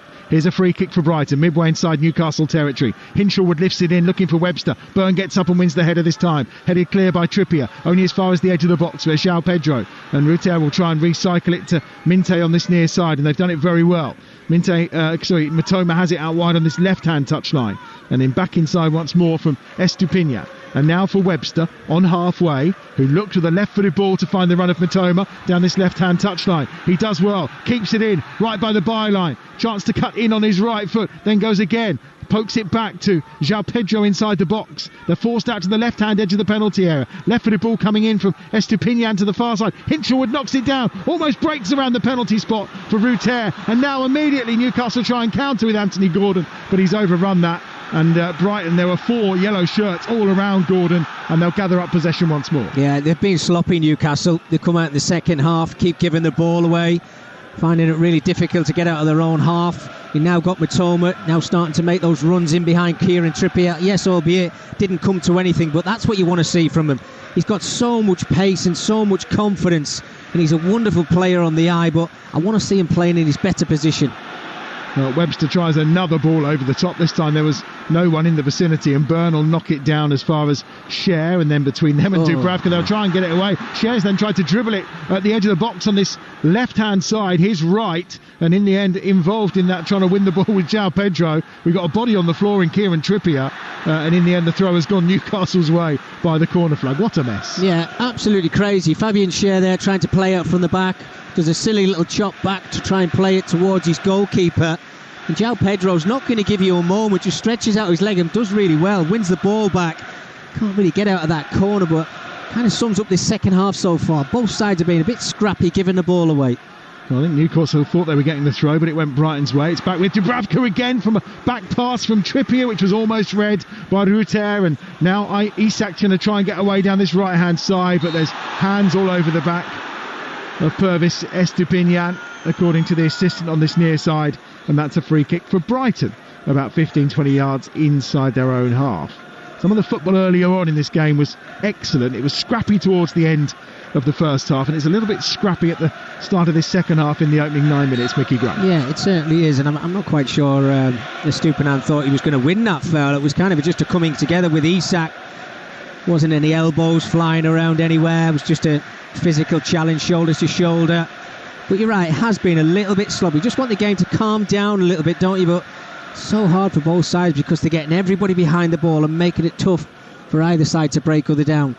Webster towards Ruter, who doesn't quite win it. There's a bit of hesitation. João Pedro, edge of the box. João Pedro, good save. Dubravka low down to his left-hand side. And again, Newcastle creating all sorts of problems for themselves in and around their own penalty area. And João Pedro almost able to capitalise, but they've got Dubravka to thank for the save. You can almost feel something silly's going to happen, can't you, with either Newcastle or Brighton. Oh, Ruter's got through and done well, and Mitoma, 12 yards out, he's tried to hit that on his right foot. It's cannoned off his left ankle and gone straight out of play on the opposite side for a throw to Anthony Gordon and Newcastle. Well, doesn't that kind of sum up Mitoma's performance so far in this game? I mean, I don't think I've ever seen a shot inside the 18-yard area come back out and nearly finish on the halfway line. Yeah, it's a difficult one. It's bouncing in front of him, but he could have had time, he could have had a touch. He tried to play it first time, just got it all wrong. He had so much time. Anthony Gordon lays off a good ball on halfway towards Isak out on the far side, but it will be a throw to Brighton, 10 yards inside their own half. Very scrappy, triple change coming for Newcastle United just 10 minutes into this second half. So wasting no time at all here is Eddie Howe. Not happy with what he's seen. Lewis Miley is going off. Bruno Guimaraes is coming on. And that's the first change. The second change will see the departure of Joe Linton. Of course, he's missed 5 games, so no great surprise that he's departing for Joe Willock early on in this second half. So Willock enters the fray. And the other change will see Harvey Barnes leave, and Jacob Murphy is the player that will replace him. So no messing, Mickey Gray, from Eddie Howe. Well, I think it had to happen. Eddie Howe's not a silly manager. You can see that the game's getting very scrappy. The energy levels have certainly dropped from these Newcastle players, and it need that bit of spark. So Guimaraes, Willock and Murphy coming on is certainly going to give them that energy in that midfield area where it's going to be a battle in this second half. And he wants somebody to just come up with that little bit of magic, and with the quality that they've just brought onto the field, you would expect that to happen, and I'm sure Brighton will follow suit in the next couple of minutes. Well, you would think so. Willock, of course, scored his first goal in the FA Cup back in against Blackpool, way back in time, 2019, before he was a Newcastle player, of course. That was when he was playing for Arsenal, did Joe Willock. And he got those couple of goals against Birmingham in the last round. It was that point everyone kind of thought, well, Willock's back. And he's been playing, of course, because of that injury to Joe Linton, but some of the performances have not made the Newcastle fans that happy in particular. Here's Mitoma down this left-hand side towards the byline, gets the crossover at the edge of the 6-yard box where it's cleared away by Fabian Schär. Of course, there was some dreadful, hateful online abuse directed towards him as well, which is really out of order, but after his performance against Birmingham in the last round of the Cup, he was excellent that day, and he is such a good footballer, and he'll try and make a difference here for Newcastle. Amazing, isn't it? Mitoma, we talked about him throughout the whole of this game, and he gets in a 1v1 situation with Kieran Trippier, skips by him and puts a decent ball into the area. I just don't understand why he's not doing that more. Here's Webster on halfway for Brighton, forward to Belieber. Estepinian will go back again to Webster, and it's a much better start to this second half by Brighton than Newcastle United, hence those changes. Dan Burn again has gone flailing forward over the top of Minte and won the header, and now Livramento away on that far side, brilliantly tracked by Minte, who puts the ball out for a throw just over halfway for Newcastle United. We've had 13 minutes of the second half.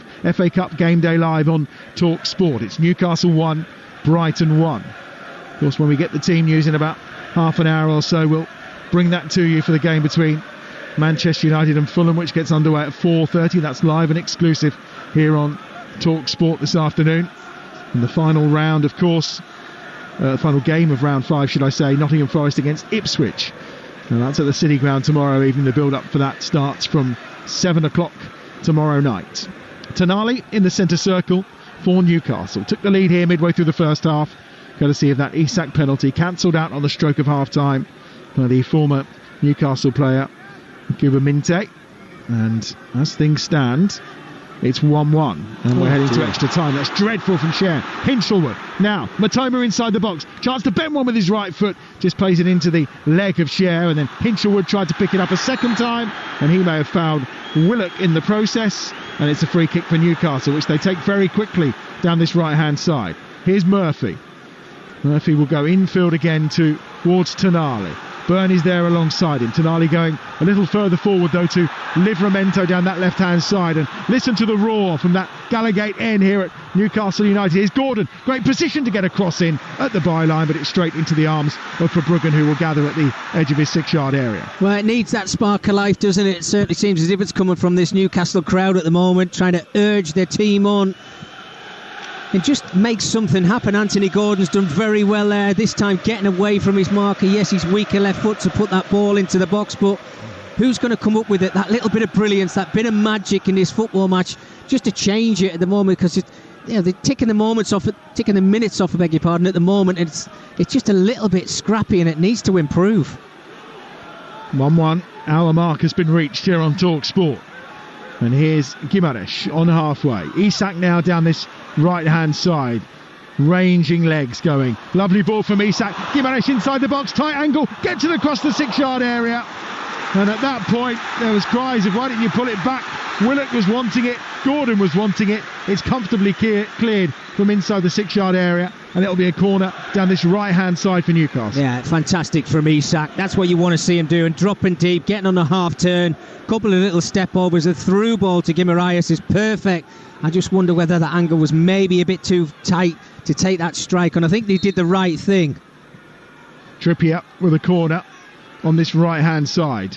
Right-footed, going to be an outswinger here for Brighton to try and deal with. Goes low towards the near post. Not the best of deliveries, and it's cleared away comfortably by Hinchelwood. And there's a chance now here for a breakaway. Matoma has got clear on Murphy. Matoma down this left-hand side, still going. Matoma, he's got Murphy still going at him, but he gets the ball back inside, only to the feet, though, of Anthony Gordon, who's back defending. And, well, he didn't really just commit to that, Matoma.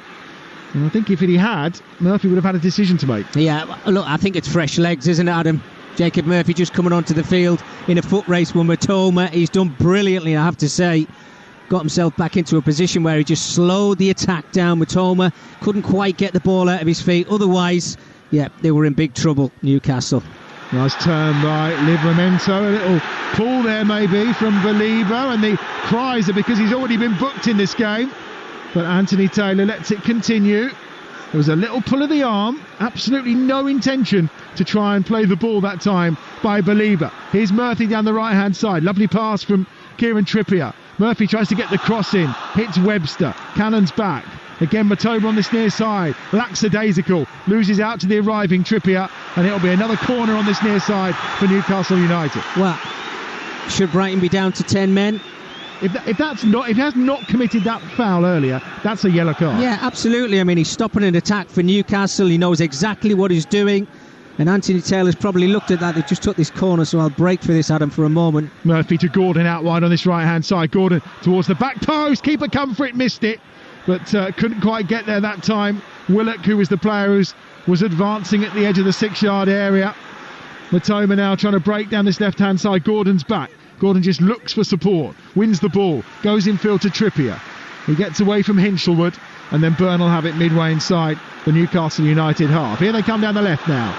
Willock on the charge. He's got Livramento going ahead of him. The pass wasn't the best, and it's dealt with by Van Hecker, but he's given it away immediately again to Willock on that far touchline. Infield, Gimares. Decent room here for Trippier. Lovely little dummy that time by Gimares. Trippier's ball's decent for Bruggen, flying like Superman. Punches away from the edge of his 6-yard area. And it's picked up again by Byrne. Real momentum here for Newcastle. The crowd are on top of it as well. You can listen to them roaring them on. They've got Brighton penned back in their own half. And it's with Gimares wide to this right-hand side. Here's Trippier again. Infield again. Gimares. Gordon's on a run towards the edge of the box. Gimares once more. is tackled by Hinshelwood, who stayed in close attention, and then Trippier will try and win it back, and the ball just pinging around. Trippier's away down this right-hand side. They want a foul, it's not given. Trippier, it comes back to Byrne. Byrne, edge of the box, takes it on, can't get a shot away, and now Tariq Lamptey will counter down the right-hand side for Brighton. Lamptey looks up, he's got ahead of him João Pedro, and he's got Ruter as well. He goes down and the referee waves it away. Tonali with a challenge, and Newcastle can come again. Yeah, what a crazy game. It's like both sides had 15 minutes off at the beginning of the second half, and now they're starting to spring into life. It's opened up again, but we're still seeing these silly mistakes from both sides. Newcastle yet again giving the ball away. There's Belieber charging forward. It was Guimaraes that time who was pickpocketed from behind. It's given to Ruter. Ruter on his left foot gets the shot. It's blocked that time by Cher, edge of the penalty area. Here's Matoma down to João Pedro. Matoma left edge of the box on the angle of the penalty area. Here's Pedro, edge of the box again, wide to this left-hand side. Chance to deliver. Estupinian to the back post. Away by Livramento. Only as far as Belieber, who hits it. Blocked that time from Willock. Put wide to this left-hand side by Webster. Taken down by Estupinian. Here's Hinshelwood, right foot, chance to deliver, left hand side of the box, about 25 yards from goal, gives it back to Van Hecker. Van Hecker will go to the right hand side this time. Minte now involved, looking towards the edge of the box, he needs support, has it from Tariq Lamptey. They're circling the Newcastle United penalty area right now, Brighton. Right footed ball over the top, swings that one in, it's a good header down from Hinshelwood. It was going wide, and Dubravka will gather.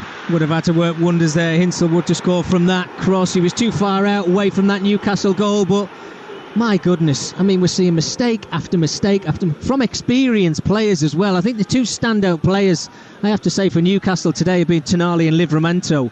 But everybody seems to be giving the ball away, and Brighton have missed so many opportunities on their counter-attack because they just haven't been clinical enough in that final third and being sloppy themselves. 20 minutes gone in a pulsating second half here. Newcastle 1, Brighton 1 on Talksport. Left-hand side, Gordon on the charge here, on his right foot, onto his left, gets to the byline, great cross, half-headed away. Guimaraes, edge of the penalty area, chance to shoot, tees it up for Isak, who fires it goalwards, and it's blocked out and behind on this near side by Hinshelwood, I think, who's thrown himself at that from Isak at close range. Great move from Newcastle from left to right. Bruno Guimaraes does really well. Looks like he's going to take the shot on, doesn't it? Just holds onto it, plays that lovely little ball out to Alexander Isak, who just tries to whip it towards that near post, and Hinshelwood has done really well, just throwing his body in the way of it. But again, the game is starting to open up now.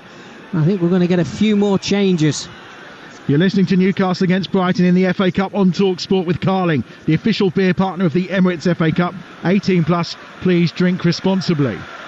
Hinshelwood's okay. I'm surprised they haven't checked him for the concussion. That was hit hard, and he wasn't far away from that ball from Isak. He's just rubbing his face at the edge of the 6-yard box. Gordon to deliver the corner down this right-hand side for Newcastle United. Swinging this one away from goal towards the head of Byrne, who can't get there. Out as far as Livramento. Comes down left-hand edge of the box. Isak has it. Onto Livramento. Chipped cross is brilliant! And arriving was Willock. He was 2 yards out, but he couldn't get a touch on it, and it escapes on this near side. Matoma puts it into touch, and it will be a throw-in for Newcastle United. But just for a moment, Matoma is down, and there will be a halt in play. The assistant did flag that this will be a throw to Brighton. Dan Burn has picked the ball up, but I think Dan Burn is a little bit cross because it is being given as a throw to Brighton on this near side. Oh, we'll go back to the opportunity. He's got to score, Willock. He has to score. It's a brilliant run again down that left-hand side from Livramento. Puts a super cross into the box. He's unmarked, Willock, as he rises above everybody, and it's like he's just closed his eyes. He has to hit the ball into the back of the net. What an opportunity. That is a let-off for Brighton. Ikuba Minte is coming off. He's going to be replaced by Gruda. And the other change, well, no surprise here, Mickey. Carlos Belieber is now being taken off. Yeah. And replaced by Diego Gomez. Well, doesn't come as a shock, really, going back to that conversation we have, I don't want to see players get sent off, but if you're on a yellow card and you're tugging a player back who are just about to make a counter-attack on you, it's a yellow card. And I think Anthony Taylor has done him an absolute huge favour. But we've got to play this game honestly. And I think that Brighton should be down to 10 men, I really do. So it's understandable why they've made that substitution and he's gone off the field. Kieran Trippier's coming off as well. Matt Targett's coming on. So Livramento will come over to this right-hand side to play as right fullback. So Gomez goes into midfield for Brighton. And we'll get underway with what's actually now been given as a free kick by the corner flag away to our right-hand side, which Verbruggen will take. Immediately picks out the head of Livramento, who nods it forward. Webster half clears. Matoma wins the knockdown. Tonali finds Bruno Guimaraes, who's already had an impact on this game, and immediately he's fouled by Diego Gomez on halfway, and it will be a free kick for Newcastle United. We've had 24 minutes of this second half, and it's absolutely whizzed by. It's one apiece on Talksport. Newcastle 1, Brighton 1. Anthony Gordon on the far side. The challenge that time from Tariq Lamptey goes out, and the referee says the final touch came off Gordon, and it's going to be a throw-in on that far side for Brighton, probably about 7 or 8 yards outside their own penalty area. Well, we're coming up to 20 minutes left of the 90 minutes, and you're looking out there and you're thinking, right, who actually wants to get to the quarterfinals? Who wants to be the difference maker, that player out there with that little bit of stardust that's going to score us a wonder goal or just make something happen for their team? Here's Ruter off a throw down that far touchline for Brighton. Good challenge that time by Fabian Schär. They've still got it, Brighton, though. Far side, level with the edge of the Newcastle penalty area. Ball infield to João Pedro, who's there. Hinchillwood, 25 yards from goal. It's teed up this time for Gomez, the substitute. Gomez again tries to win it at the second attempt. Guimaraes is there. And it's away by Byrne down this right-hand side where he finds Murphy. He's got Livramento ahead of him, but he goes back inside to Guimaraes, and then Isak. Lovely turn from Isak. Delightful skill. Now Livramento with room to run into down this right-hand side. Maybe he's going to play the ball early, which he does to Guimaraes, who's fouled by Hinchillwood. I think Hinchillwood was thinking, I'm just going to give him a sly little nudge here, which he did, but the force that took Guimaraes over means it's a free kick, probably level with the edge of the penalty area, midway between the touchline on this near side and the edge of the box on the Newcastle right. Just a little bit of lack of experience there from Jack Hinchillwood. You've got to know the players that you're playing alongside. Bruno Guimaraes, he was running down a blind alley, really, wasn't he? Had nowhere to go. As soon as he felt that contact, he's always going to go to ground. And this certainly can be a dangerous area if the set piece is good from Anthony Gordon. But I keep mentioning him. Dan Burn, get yourself in where it hurts. The size of the guy, he's got to make more of a nuisance of himself. Well, he is in there. He's lurking around 14 yards from goal. Gordon on his right foot is going to swing this one in, which he does. Too easy for Van Hecker. Unchallenged, gets it away. Back across goal it comes. Driven into the box low and hard, that time by Murphy. And now maybe there's a counter on here for Brighton, but Murphy's going to stop it, and he's done well. He's won the ball. They wanted a foul. It's 4 against 4. Murphy slips it wide on the left for Isak. Too much on that pass from Murphy, and Isak can't reach it, runs out of play, and it will be a goal kick for Brighton away to our right-hand side. Really, really sloppy from a quality player in Jacob Murphy. Does most of his best work out on this right-hand side, but finds himself in the middle of the goal. He can see that run in the outside of him. It's just got to be laid on a path. It gets too much pace on it.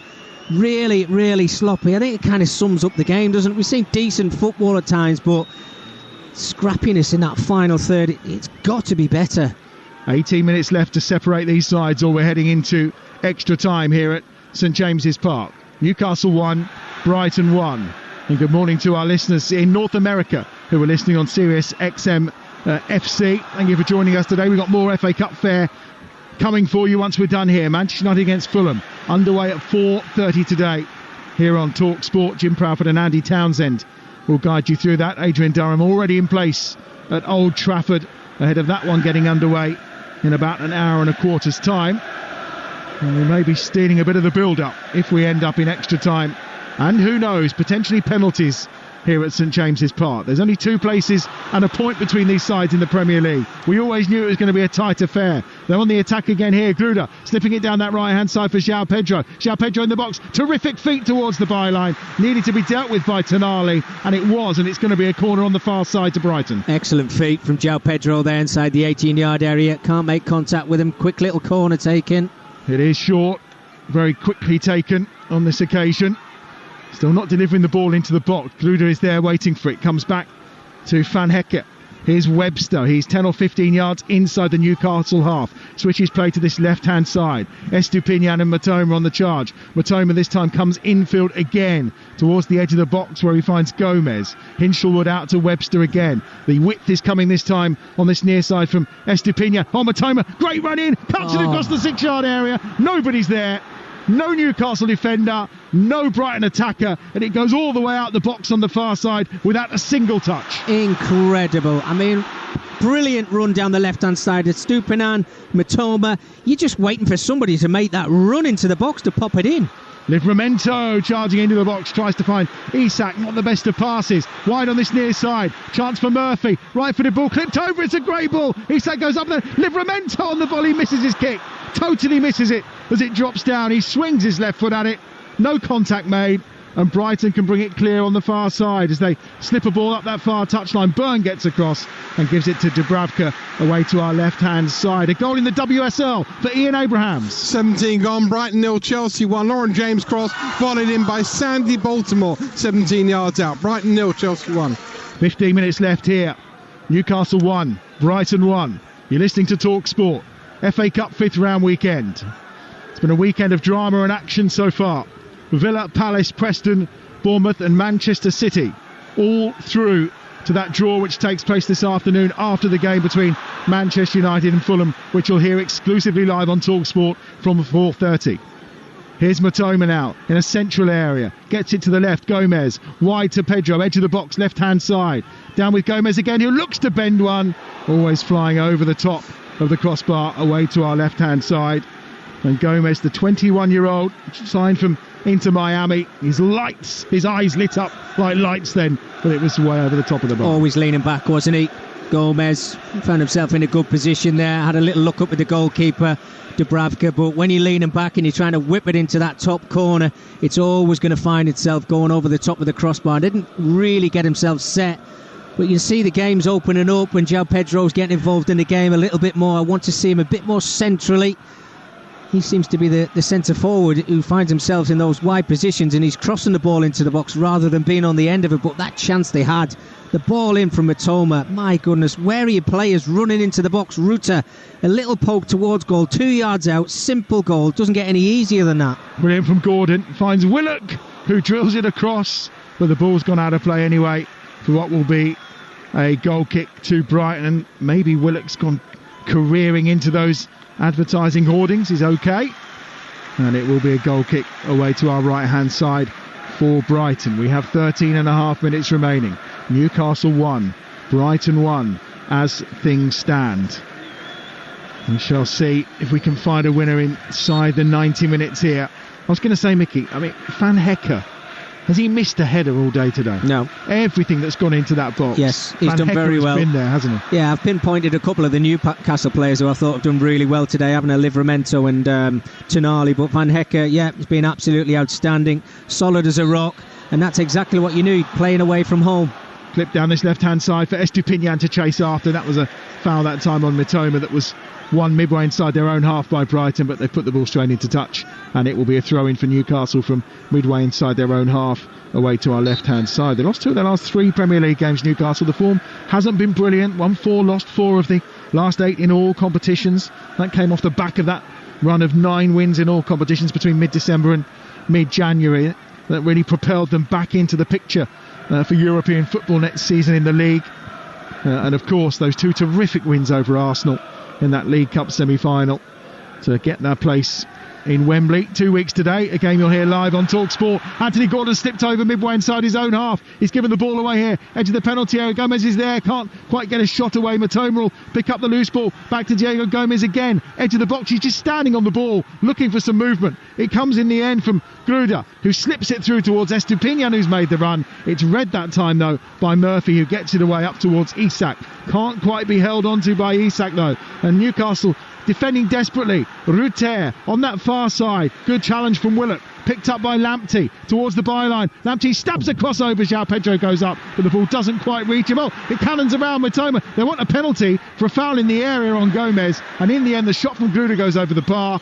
and Anthony Taylor not interested in any kind of spot kick. Yeah, I don't think it was a penalty at all. Again, nice movement from Brighton, but you could see they were just looking, the players on around the edge of the 18-yard area, just looking for that little through ball. Nobody was making any moves in behind, trying to get away from the marker. Lamptey puts a bit of a floated ball back into the 18-yard box. It's too easy for Newcastle to just stand their ground and just clear their lines at the moment. I need to see that spark in the final third, and I think that's why we're going to see a couple of changes now for Brighton in the final 13, 14 minutes of this 90 minutes that we've got left. It is clock ticking down, and it's going to be Matt Swiffer that's coming on to replace Jorginho Ruter, and we're also going to see Danny Welbeck as well, who probably feels that maybe he should have had an opportunity to start the game today. We'll see. And it's going to be Estupinian coming off as well as Welbeck enters the fray. And Danny Welbeck with so much pedigree, of course. And it will be a goal kick away to our left-hand side for Newcastle. In the meantime, another goal for Ian Abrahams in the WSL. Brighton 1, Chelsea 1, Brighton level. Marissa Oleslagas with the goal. It was Nikita Parrish who led the break, played it out to the left-hand side of the area, and Oleslagas slammed it home. Brighton 1, Chelsea 1. Here, 1-1 as well between Newcastle and the men's team for Brighton. And it's play on, says the referee. I think there was calls from all around for a free kick to Newcastle, about 25 yards out from the Brighton goal, but Anthony Taylor not in the slightest bit interested. We're about to enter the last 10 minutes at St James's Park, one apiece. Here's João Pedro, who maybe has dropped back into that number 10 role that Ruter was occupying a few moments ago. Oh, that's terrific feet from Bruno Guimaraes in the middle of the park, and a pull on his arm from Hinchelwood is penalised by the referee. No yellow card though, but it will be a free kick instead for Newcastle just outside the D, inside their own half. Yeah, done really well there, Bruno Guimaraes. Two Brighton players around him, the little tippy-tappy feet, wonderful. Hinchelwood, that little tug on the shirt, it's always going to be given as a foul. You say we're at that point in this game now. Does anybody want to go through to the quarter-finals with the final remaining minutes that we've got left on the 90 minutes? Because I want to see someone, show us that little bit of brilliance in that final third. We've not really seen it in this second half. Well, we get a barnstorming final 10 here of normal time, one apiece. You're listening to Talksport. FA Cup Game Day Live as the fifth round draws to a close tomorrow night with that game between Forest and Ipswich. Still got Manchester United Fulham to come as that's clipped over the top for Gordon to chase onto. Brilliant run from Gordon. Feels he was being held back. The referee not interested. And it's cleared away by Brighton towards halfway where Byrne picks up the header. Helped on its way that time by the outstretched boot of Willock. But again, picked up in deep territory for Brighton. Driving forward is the substitute Gruda. And he just tried to slip a ball through that time to João Pedro, but can't find him. And now they'll break again, Newcastle. Tired limbs out there. Left-hand side still going. Charge on by Willock, but he's run it into touch. And it will be a throw on that far side for Brighton, midway inside their own half. It's just really poor, isn't it, from Joe Willock? He's got no pressure on him whatsoever. You can see what he's trying to do. He's trying to just play that ball in behind the back line of Brighton, but with no quality. How can you kick the ball out of play when you've got no pressure on you? Take another touch, compose yourself a little bit, have a little look up, see what players are ahead of you. Can I play the ball into them and make something happen? Really, really poor.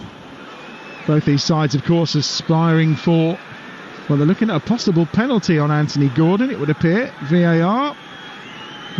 But there is no penalty, no foul. I don't think that was one that was going to be overruled, not a clear and obvious error, as they would call it. Headed away by that man again, Van Hecker, who's been excellent at the heart of that back line for Brighton, both he and Webster together. Well, Isak with a chance, offside flag up. Well, and that's an interesting one, isn't it, Mickey? Because he's put his offside flag up immediately rather than allowing play to continue. And there's a foul there on that far side. Anthony Gordon in the penalty area, and João Pedro's gone across. And there's some arms raised there. Well, we saw plenty of heads being lost yesterday in the FA Cup fifth round. Anthony Taylor, he's got a red card out. For Anthony Gordon, a red card, and Newcastle United are going to be reduced to 10 men here. It's a red from Anthony Taylor for Anthony Gordon for a foul inside the penalty area, and the challenge on Van Hecker, and he's seen red. Anthony Gordon again. Well, it's absolutely ludicrous from Anthony Gordon here. As that offside was being given, Adam, the ball was still in play, and Van Hecker was just basically going across to keep hold of it. He knew that the foul had came, but there was a swing across the top of Van Hecke's head from Anthony Gordon. Van Hecke's gone straight to ground. It's stupid from Anthony Gordon. I think this just boils down to a little bit of frustration, but from what we saw yesterday, the red cards, this one is up there. It's absolutely crazy from Anthony Gordon, and it's the right decision from Anthony Taylor. He had to give that red card. I don't understand what Anthony Gordon's doing. It's just crazy. How many times are we going to see it? Week in, week out. Silly players with flaying arms when there's no need to do it. And now it's all on for Newcastle. They're down to 10 men. The game's in the balance at 1-1. And as I say that, Alexander Isak has gone down with a problem as well. My goodness, can it get any worse for Newcastle?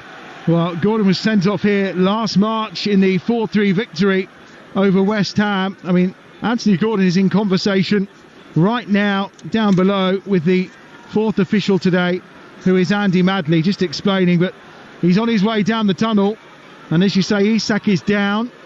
They do have one more change available to them, Newcastle, which I assume was going to have to be Callum Wilson, although Asula is amongst the substitutes as well. But Wilson is ready to go, and Isak will come over, and a conversation now as to how they reorganise. We've got 5 minutes left here of normal time. Newcastle are down to 10 men. It's one apiece against Brighton. Do you know what, Adam? I really do not understand. And we had this conversation before the build-up to this game when Alexander Isak was named in the starting 11. 85 minutes just coming back from being out of the side when you've got Callum Wilson and you've also got Osula on the bench. It is absolutely crazy. If he misses the next couple of games now, Isak, he looks as if he's okay, and I don't think it's going to be a major problem. He's having a word with his coaches now and saying he's okay, but those little niggly injuries do not go away overnight. How he's played 85 minutes in this game is beyond me. So Anthony Gordon's red card, of course, for violent conduct. That'll be a 3-game ban, and that would mean he will miss the cup final for Newcastle United against Liverpool 2 weeks today at Wembley. It's just stupidity. Stupidity. It really is. Frustration's got the better of him.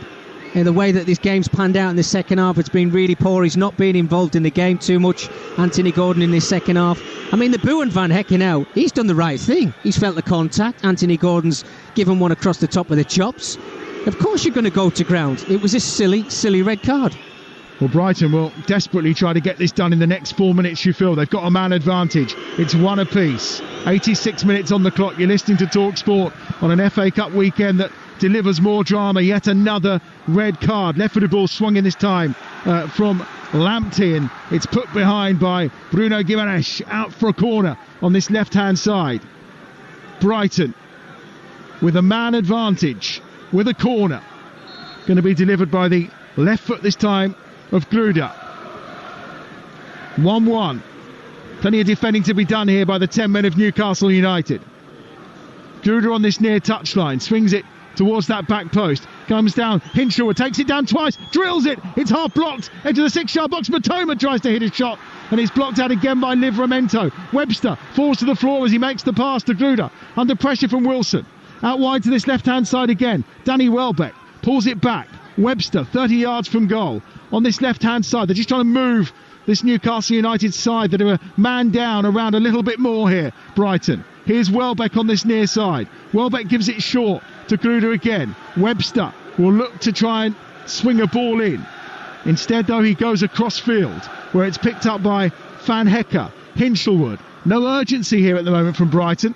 They're just taking their time, trying to exploit the extra space from the extra man. Hinshelwood, 35 yards from goal, just turns it out wide to this left-hand side. Tariq Lamptey's there. Lamptey on his right foot, laid off again to Hinshelwood. Right-footed. There's space on that far side, the right, if they can get it out there towards Gomez. Van Hecke goes more direct. João Pedro at the end of the box, loses the ball. Callum Wilson will try and break away. He's not got the pace to get away from Pedro and Gomez. And Van Hecke will pick it up once more for Brighton. Yellow shirts swarming forward here at St James's Park. Matoma's on a run inside the box, tries to get there first. It breaks and almost comes out again to Hinshelwood. 25 yards out, drills it. Blocked by Guimaraes. Lamptey with a shot. and he just pings it over the top of the bar, bending all the time. We've got 2 minutes left here of normal time. Newcastle are down to 10. It's 1 apiece. At 4:30 we're off to Old Trafford for Manchester United against Fulham with the team news. Jim Proudfoot. And Dorgu suspended for United. Garnacho only on the bench. Mazraoui returns. Dallo swaps flanks, and Eriksen's recall sees Fernandes move forward.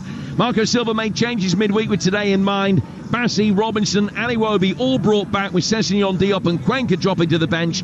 A change of shape back to a 4, and Muniz still preferred to Jimenez up front. As you say, Ad, we kick off at 4:30. Yep, hopefully, Jim, we'll be with you by 4:30, although now we've got Matoma who's down. The physios are coming on. It's going to be a goal kick away to our left-hand side for Dubravka to take.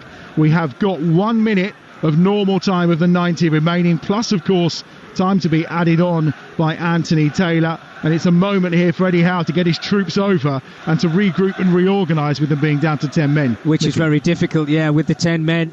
I mean, I was here at the first day of the season when they played against Southampton, and they went down to 10 men and scored a goal just before half-time, and they were able to hang on in that game. But this is a different kettle of fish altogether. You know, they're tired, they're absolutely shattered, they're out on their feet.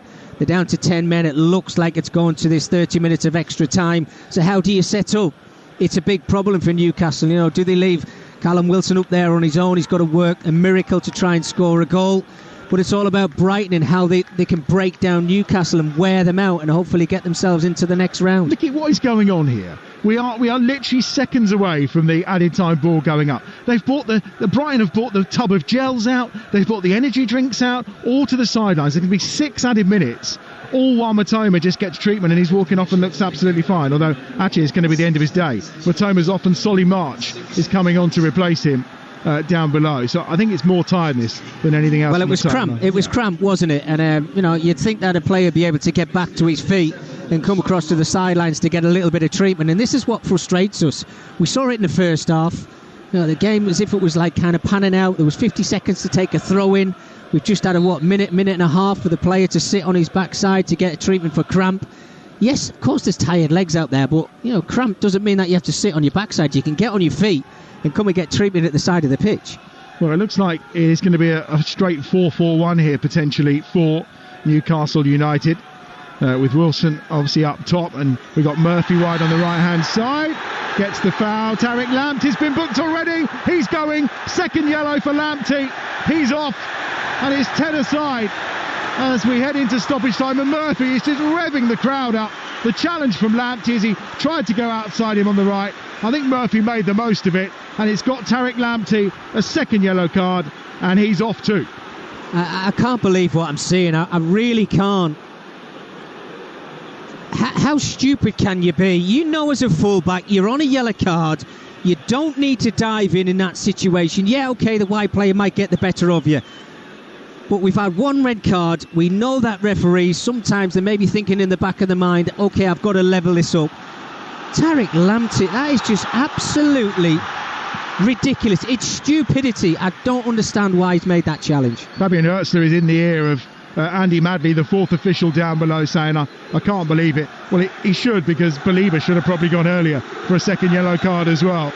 But again, it's the inconsistency of it that drives fans and us absolutely mad. And we've had 2 minutes of the 6 added. I'm not sure we've had any football yet in those 2 minutes. Here's the free kick. Gimaresh, he's about 35 yards out from goal. He's going to swing this into the penalty area. Right-footed. He does with power and pace. Oh, what a finish that is! Driven into the corner. And it's Fabian Schär for Newcastle United. What a strike! What a delivery from Gimaresh! Absolutely stunning! And that may well be the goal that puts Newcastle United into the quarter-finals of the FA Cup and a step closer to that cup double this season. What a finish in added time! It's 10 men against 10 men, and it's Newcastle United 2, Brighton 1. Well, Tariq Lamptey, how are you feeling now? Your side have just gone down to 10 men, and from that free kick, Newcastle look like they're going into the quarter-finals. But from that free kick, what a ball in from Bruno Guimaraes. And Fabian Schär just gets away from his marker, keeps his eyes on the ball, and volleys it into the back of the net. They're checking this for an offside, but I've just seen a replay about him. He actually looks onside to me. I hope I'm right, because it's a brilliant goal, and you heard the cheers from these Geordie fans here. They will be absolutely buzzing if this goal counts. Well, if only Tariq Lamptey could turn back time, he might have denied Cher from scoring potentially the winning goal for Newcastle United. It is being checked for the possible offside. Remember, with semi-automated, it should be a fairly quick process.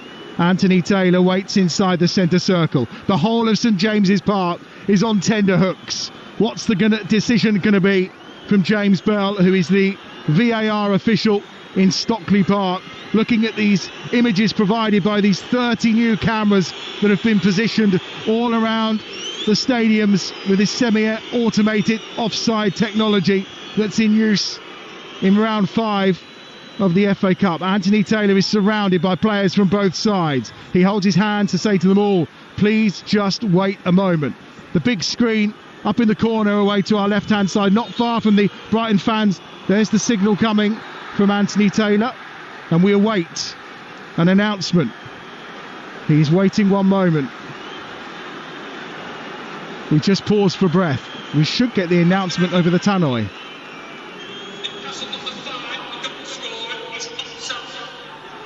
He was offside. Fabian Cher is offside, according to VAR. The goal doesn't count. This is incredible. I mean, if you think in a second half where nothing has really happened in this game, the last few minutes has just been absolutely bonkers. A red card.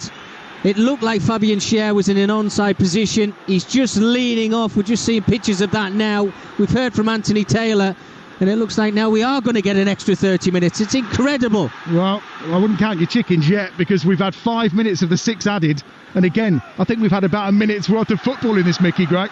It's going to be a throw by the corner flag on this left-hand side. What an extraordinary finale to this game. It's 10 against 10. It's one apiece. You're listening to Talksport. We've had 5.5 minutes of the 6 added. I think we're probably going to get at least another 4 here before we get the full-time whistle and potentially head into extra time. Brighton are on the attack. They're surrounding the Newcastle penalty area, but Gimaresh is trying to break in and win possession of the ball. It's stabbed forward by Webster, only half cleared. A chance for Gluder maybe, dances through. Welbeck tries to find Gluder again at the edge of the penalty area, intercepted. Tonali is fouled there by Gomez. Referee says play on. Advantage Newcastle. Gimaresh tries to play it forward, and the ball arrives with us in the commentary box here at St James's Park, and Anthony Taylor should probably go back and do a booking, but he's not going to. He shakes his head. Well, he's waving his arms around to say go away from me to the Newcastle players there.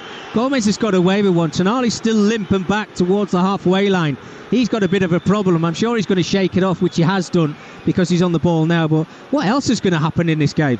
Livramento to this right-hand side. Murphy back inside his own half for Livramento. It's Cher, who thought he'd given Newcastle United a spot in the quarter-finals of the FA Cup. Tonali's ball lifted forward. The chase on down this right-hand side by Murphy, who can't get there, but it's headed away by Hinshelwood. And then Gomez just knocks the ball into the crowd. The fury is because he was kicking the ball away in their eyes, stopping an immediate restart. But they did get play going anyway. Newcastle United. We've had 7 minutes of the 6 that were added by referee Anthony Taylor. Down this right-hand side, it's Murphy looking to clip a ball to Livramento. No, instead he goes back to Tonali. Livramento had made the run down this right-hand side. Remember, both down to 10 men. Anthony Gordon sent off for a straight red, violent conduct, which means he is likely to miss that League Cup final, which takes place 2 weeks today. And then not long after, Tariq Lamptey, second yellow card. He sees red too. Gimaresh, chance here may be, and the ball's just overhit from Murphy as he slid that into the penalty area.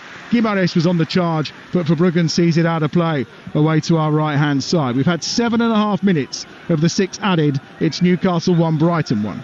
And I think it was about 3.5 minutes, wasn't it, before we got to that decision there, Adam, for the VAR to see that Fabian Cher was in an offside position. I know that's better than yesterday's 7 minutes 40 seconds, but now this technology's come in now today over this weekend, and I still want it to be quicker. I want it to be better. The game's on a knife edge at the moment. Cher goes up to win the header. Tonali gets it away towards halfway. Headed forward by Hinshelwood, away by Byrne from the edge of the penalty area. High in the air, Welbeck gets down to win it. Pedro then just gives it to Welbeck again, who tries to clip it beyond Murphy. But it comes back this time to Hinshelwood. Hinshelwood on his right foot. Gives it to Webster on halfway. Over 8 minutes of the 6 added played now. Hinshelwood down this left-hand side. No one has any idea, apart from Anthony Taylor, when this game is going to end. Tonali by the corner flag. It's one apiece, remember. We could be heading into extra time. And maybe penalties after that, who knows. Gimaresh from the edge of his own penalty area. Although you'd think in extra time, with it being 10 aside, there may well be plenty of space to be exploited. Here's Cher. To the left, he finds Byrne. Byrne up towards halfway. Forward he goes to the far side. Target's there. Just plays the ball back inside his own half. Once more to the feet of Cher. And Anthony Taylor says, enough is enough. What a 90 minutes of football. We're heading into extra time here at St James's Park. That goal from Isak midway through the first half, cancelled out on the stroke of half-time by Minte, is the scoreline we have at the end of the 90 minutes. Although in between, of course, we have seen the departure of Anthony Gordon, seeing red for violent conduct, and also Tariq Lamptey for 2 yellow cards. It means we'll start extra time in a moment with 10 aside, but full time here at St James's Park. Newcastle United 1, Brighton and Hove Albion 1. Well, Mickey Gray, we only need to really talk about the last few minutes of that second half, don't we? It was crazy. The right word you used, bonkers. First of all, Anthony Gordon, he's going to miss the cup final. He was a boyhood Liverpool fan, so I'm not quite sure how he'd be feeling about that. But it was idiotic from him, wasn't it? Yeah, stupidity, Adrian. You just don't need to do it. Raise your arms in a game of football, you're going to get punished for it.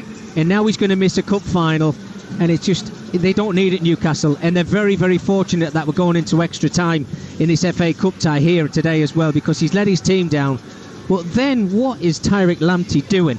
I do not understand. If you're on a yellow card as a fullback, you cannot dive in and make a rash challenge just before the full-time whistle and then level it up at 10v10.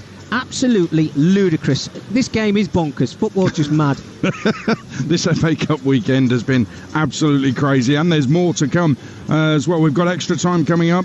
Newcastle 1, Brighton 1, 10 against 10. After that, live and exclusive and only on Talksport, it's Man United against Fulham here at Old Trafford. Tomorrow night, Forest against Ipswich is the last of the 5th round ties. We've got a goal in the WSL. Talksport's Ian Abrams. 2 minutes before half-time. Brighton 2, Chelsea 1. Ball square from the right-hand side of the box for captain Vicky Losada to side foot home past Hannah Hampton. Although Chelsea might be in here, no, the offside flag's gone up. Brighton 2, Chelsea 1.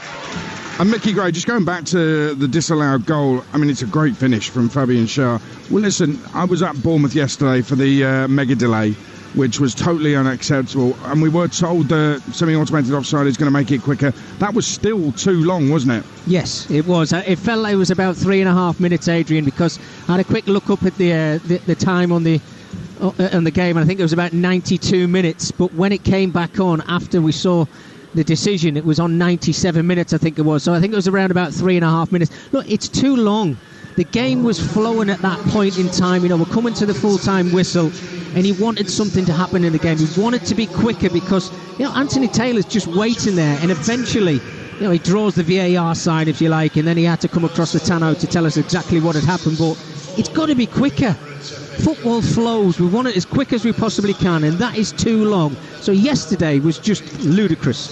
Well, yesterday, the delay, I mean, it was a great game before that, and that delay sucked the life out of the cup tie completely. And I think today, something similar as well. And actually, I'm sitting here watching it with Andy Townsend, and Andy said straight away, first glance, he said, that looks off to me. Now, yeah, you need to take a proper look at it, but if he can see that first glance, wow. Listen, we've got extra time coming up. It's all square, but they're both down to 10. Newcastle 1, Brighton 1. Let's get extra time commentary here on TalkSport with Mickey Gray and Adam Bridge. Thank you, Adrian. Everyone's refreshed. The discussions have been had as to who's going where and who's doing what. Both sides down to 10 men, of course. We will run you through the lineups as they stand. For Newcastle, Dubravka is in goal. It's Livramento, Cher, Byrne, and Target are across the back. Tonali and Gimaresh look like the central midfielders, with Willock and Murphy providing support to Callum Wilson, who is up top. In terms of how Brighton are lining up at this moment in time, it looks, as things stand, that we've got on this right-hand side, Solly March is playing as right back with Van Hecker and obviously Webster And then on the left-hand side, well, I thought Hinchell would have gone out there, but doesn't look like he has. Weaver. It's Weaver who's playing left-back, and then we have Gruder, Hinchelwood in the middle of the park alongside Diego Gomez as well, and then you've got Welbeck and João Pedro. Crazy how it's going to set up, Adam, isn't it, just before we get the whistle to get this extra time going here. But you're looking at Danny Welbeck, yes, he can play in those wider positions. He's done that many times through his career. João Pedro, he looks as if he's going to be the sole striker playing through the middle, but Solly March and Weaver as your fullbacks. I know they've played wing-back positions before, but this is a different kettle of fish altogether in a 10v10 game that we've got in front of us. And you're just waiting for that chance. Tired legs, I'm sure they're going to come into play in this game. And maybe this could be Callum Wilson's opportunity, because in a foot race you would think he's got the better of the two Brighton centre-halves, but he's got to get the service first. And it's been really scrappy. I hope this extra time starts better than the second half did. Here we go then. We're off and running the extra 30 minutes at St James's Park on Talksport. It's Newcastle 1, Brighton 1. And off we go. 10 aside, left-hand side with Webster on halfway there, attacking the Gallowgate in this first half are Brighton and Hove Albion. And it's Hinchelwood who again has just dropped in between the two centre-halves at this moment in time. Finds Webster. Hinchelwood again on halfway. The youngster, he should probably still be full of running, although incredibly hard-working throughout that 90-plus minutes. With her on that far side. Just gives the ball infield to Hinchelwood once more, and that's the question. Where is the space going to be? Will those tired legs allow extra opportunities during this half an hour of extra time? There were many who said earlier on in the campaign, particularly during round 3 and round 4, why do we bother with the extra time? Why don't we just cut straight to the penalties? We shall see if this half an hour provides the kind of drama we witnessed in the latter stages of the 90 minutes. And we're going to see the first yellow card of this extra time. Diego Gomez, who probably should have got one towards the end of the normal time. He gets himself into the book for a tug on Bruno Guimaraes. Yeah, silly for that. You can see from Gomez, got frustrated, didn't win the first challenge. Guimaraes is clever. He knows he's not going to get away from the midfield marker. Eventually just stops himself, doesn't he? Has a look at the referee straight away. And I think Anthony Taylor's got to kind of get a grip of this game again at the minute. Certainly the last 10 minutes of that 90 minutes, he looked like he'd lost the plot a little bit, and he's just got to control himself and the players in front of him as well. Newcastle have it on halfway. It's with Targett down this left-hand side. Clips the ball towards the edge of the penalty area. Wilson looks to take it down. Does brilliantly to keep possession for Newcastle United. Has support arriving. Guimaraes, edge of the box, left-hand side. Goes inside the box, outside of the boot. Just tries to tee it up, edge of the penalty area for Livramento. Helps it on its way. Ball going to be driven and clipped across. It is. It was lifted towards the back post and had to be cleared away. Again, Hinchelwood in there doing the defending. Far side. Chance for Newcastle here. Right-footed ball swung across towards Wilson, and he's gathered by Verbruggen at the edge of his 6-yard box. Let's get half-time in the WSL for Ian Abrahams. Brighton 2, Chelsea 1. Sandy Baltimore volleyed Chelsea into an unlikely lead midway through the half, but then Brighton hit back with goals from Otilagas and Lasada and rightly lead at the break. Brighton 2, Chelsea 1. Newcastle 1, Brighton 1 here at St James's Park on Talksport. We're 2.5 minutes into extra time in this FA Cup 5th round tie. That just bounces over the head of João Pedro on halfway and allows the Newcastle back line to just gather possession comfortably. Target's going to knock a ball into space. Willock down this left-hand side is on the charge, and he's got there to the byline. Hinchelwood is the only player closing him down. Clips the ball across. The arriving Guimaraes chests it down. Tonali tries to get a poke on it, and it's gathered that time by Verbruggen inside his 6-yard area. Good move from Newcastle. Lovely ball down the left-hand side from Target there to play in Joe Willock. Could he have been a bit quicker? He was waiting for that run from Bruno Guimaraes into the 18-yard area, and he has to kind of turn his chest to play that ball into Tonali, who was then very close to Verbruggen, the Brighton goalkeeper. He has to kind of dink it over the top of him. Very difficult, I have to say, but see, both sides are still trying to go for it, which is nice to see. Extra time can be a bit boring at times, but it started bright. It has. Van Hecker has possession. There's a foul there from Cher on this near side on João Pedro. I was at Preston against who did they play? Wycombe. No, Preston against Wycombe. That 30 minutes was, well, it could have been bypassed, Mickey. I don't think any. Well, to be fair, the whole 90 minutes could have been bypassed that day in the last round. It was fairly wretched before Preston won on penalties and, of course, advanced yesterday with that terrific win against Burnley. One of 5 sides already through to the quarter-finals of the FA Cup. The draw coming up after the game between Manchester United and Fulham, which is underway, of course, at 4:30. You'll have that live and exclusive here on Talksport. Down that left-hand side, Webster has possession for Brighton, just over halfway. Viffer's ball forward is being chased by Pedro, and Byrne has to deal with it. He's got no choice, puts it out for a throw, level with the penalty spot on the far side, the Brighton left. And Danny Welbeck goes across, and he's going to take that throw and gives it short to Mats Wiffer on that far side. And now it's back with Van Hecker. They do obviously get an extra substitute in extra time. I think that'll be more out of necessity from tired legs than anything tactical at this moment in time. Almost 5 minutes played in the first period of the extra 30, and it remains 1-1 on Talksport. Here on that far side is Webster. Webster looking to clip a ball through, but instead he just waits and goes to Hinchelwood. And they're a little bit more measured in possession, Brighton are, than Newcastle. They were leading the possession stats, of course, at half-time and throughout the game. But Newcastle just so devastating time and time again on the counter-attack. They've got defending to do now, though. Welbeck on that far side, cuts in field onto his right foot. The experience of Welbeck showing as he finds Gruder. Patience out wide to this near side. Solly March. March just goes back once more to Van Hecker, who pops the ball in. Welbeck tries to take it down, spins onto his right foot, clips it through. Bodies go down, including Pedro and Byrne in the penalty area. And it's safely with Dubravka away to our right-hand side. Yeah, well, you're right in mentioning it. It's a lot more patient from Brighton, the build-up play. When they get into that final third, that's when you want them to spring into life. Danny Welbeck's done really well. Looked like he'd lost possession there with a little flick around the corner. João Pedro tried to get in behind this back line in Newcastle and just slipped at the wrong time. Those chances are going to come few and far between. He looks absolutely shattered, João Pedro. I had seen him moments earlier. I think he was hanging on to his toes, a little bit more cramp in this Brighton starting 11 as well, which is not good. Header away from Solly March at the edge of his own penalty area. That's really nicely done by Gruder, who steps away then from Tonali, puts it down this right-hand side for João Pedro to chase after. Byrne does brilliantly, finds target on this near side, clips the ball infield. Guimaraes again, just shielding the ball really nicely away from Diego Gomez. He's done that time and time again since he came on. And now to the right he goes to Livramento, who's been exceptional again for Newcastle today. Dispossessed on that far side, though, is Murphy.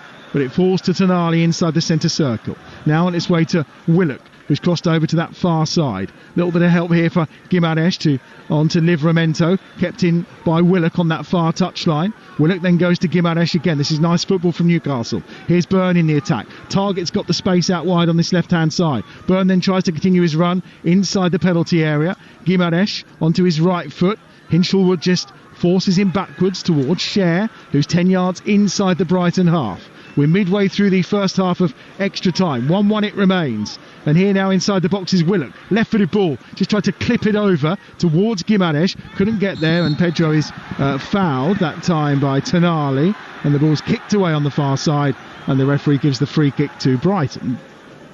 Just in that little build-up there from Newcastle, which was very good. But eventually they get the ball out to the left-hand side to Matt Targett. And he did it, I think it was the first half. Dan Byrne, he was the most advanced player in a Newcastle shirt.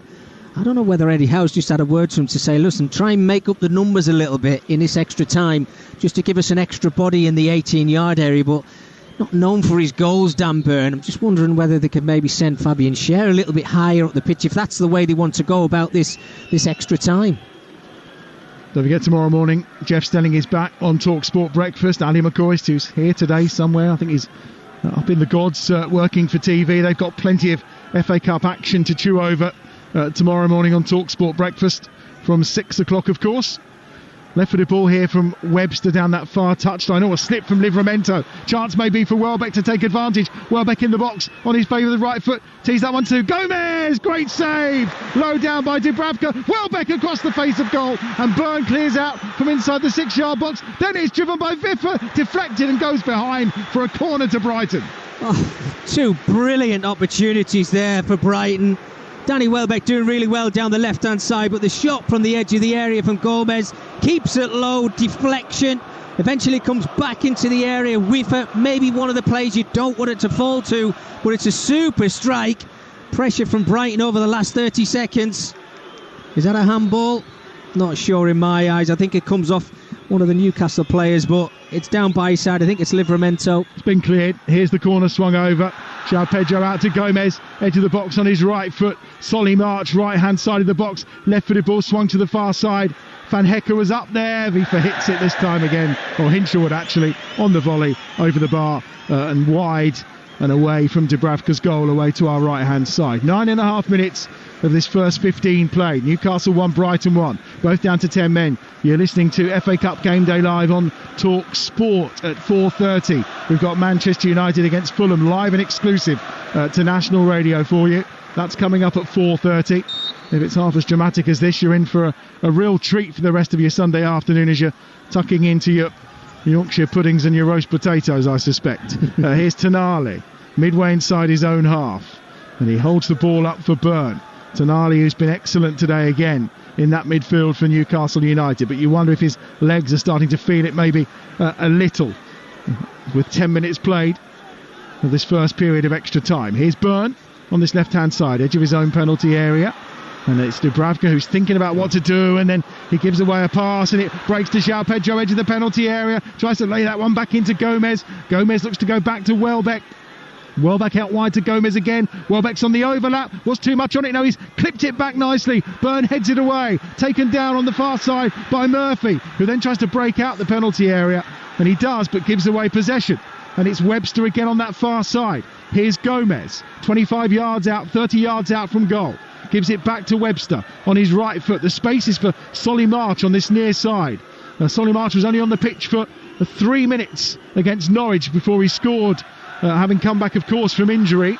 And he's out wide this time waiting, but no one goes to him in the end. And Wilson puts it out of play, and it'll be a throw on the far side to Brighton. You know, Martin Dubravka started off that onslaught from Brighton, the pressure that came their way, because he tried to play a stupid ball into a midfield area to Bruno Guimaraes. He got pounced upon, and then it was Brighton who found themselves on the front foot, just having another opportunity here as well. But the ball got played into João Pedro, and I think a fresh João Pedro takes the shot on. Wow. Well, across comes a diving Van Hecker low to ground. It was Willock who was trying to charge on this left-hand side. Van Hecker saying, come on, surely I didn't foul him, but he literally threw himself to the floor.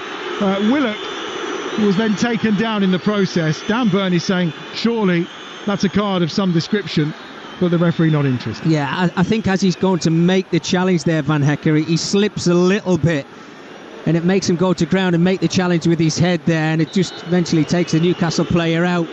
That's why he's waving his arms around, because he still made contact with the ball, but I think it was the momentum and the follow-through why the Newcastle have eventually been given this free kick.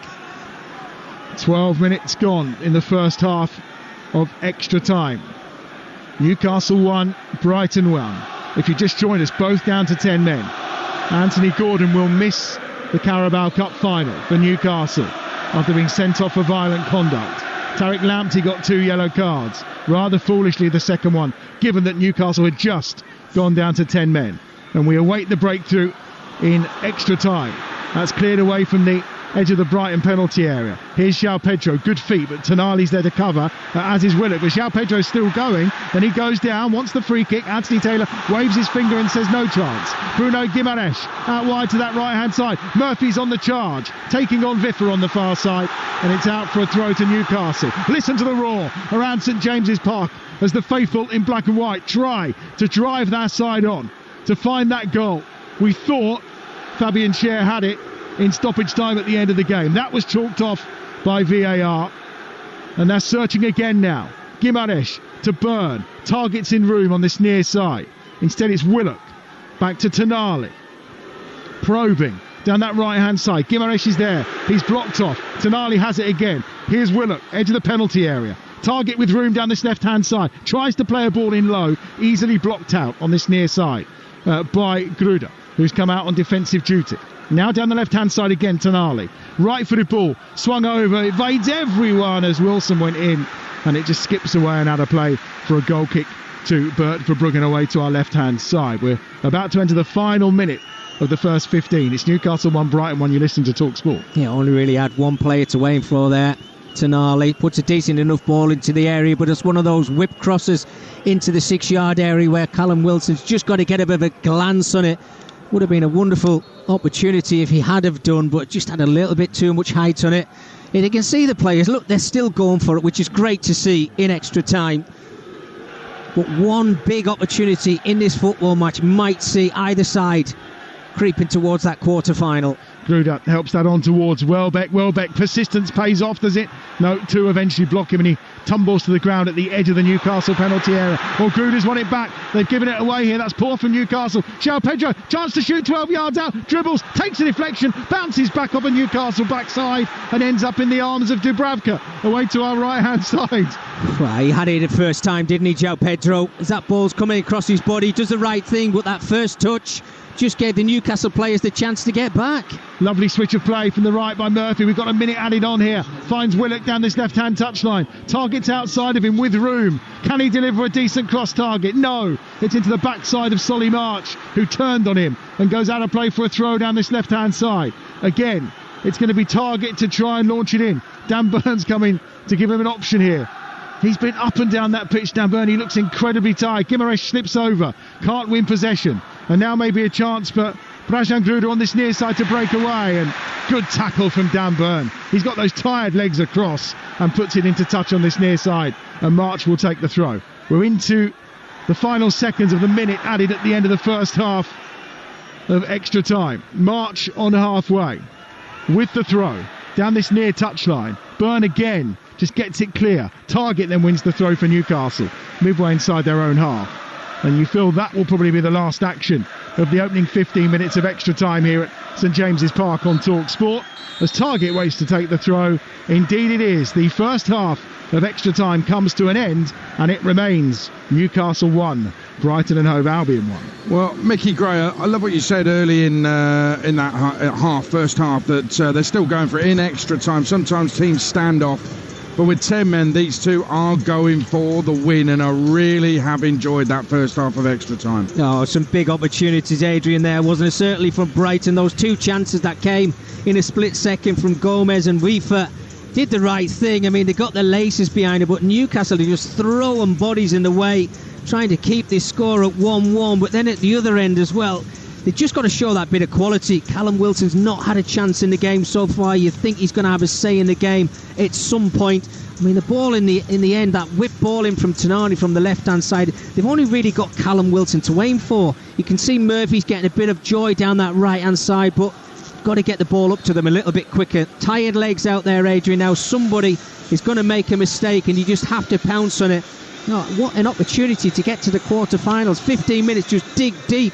The players are going through I wouldn't say the motions at the moment, but they're just trying to find something, digging really deep to get something special out of this football match. Yeah, find some energy, find some quality as well. And there have been moments. Brighton, they broke and from down the left-hand side, there were moments for them, a good save in there from Dubravka as well. There have been little moments. Yeah, they have, Adrian, but you say it's that little bit of spark, that little bit of quality.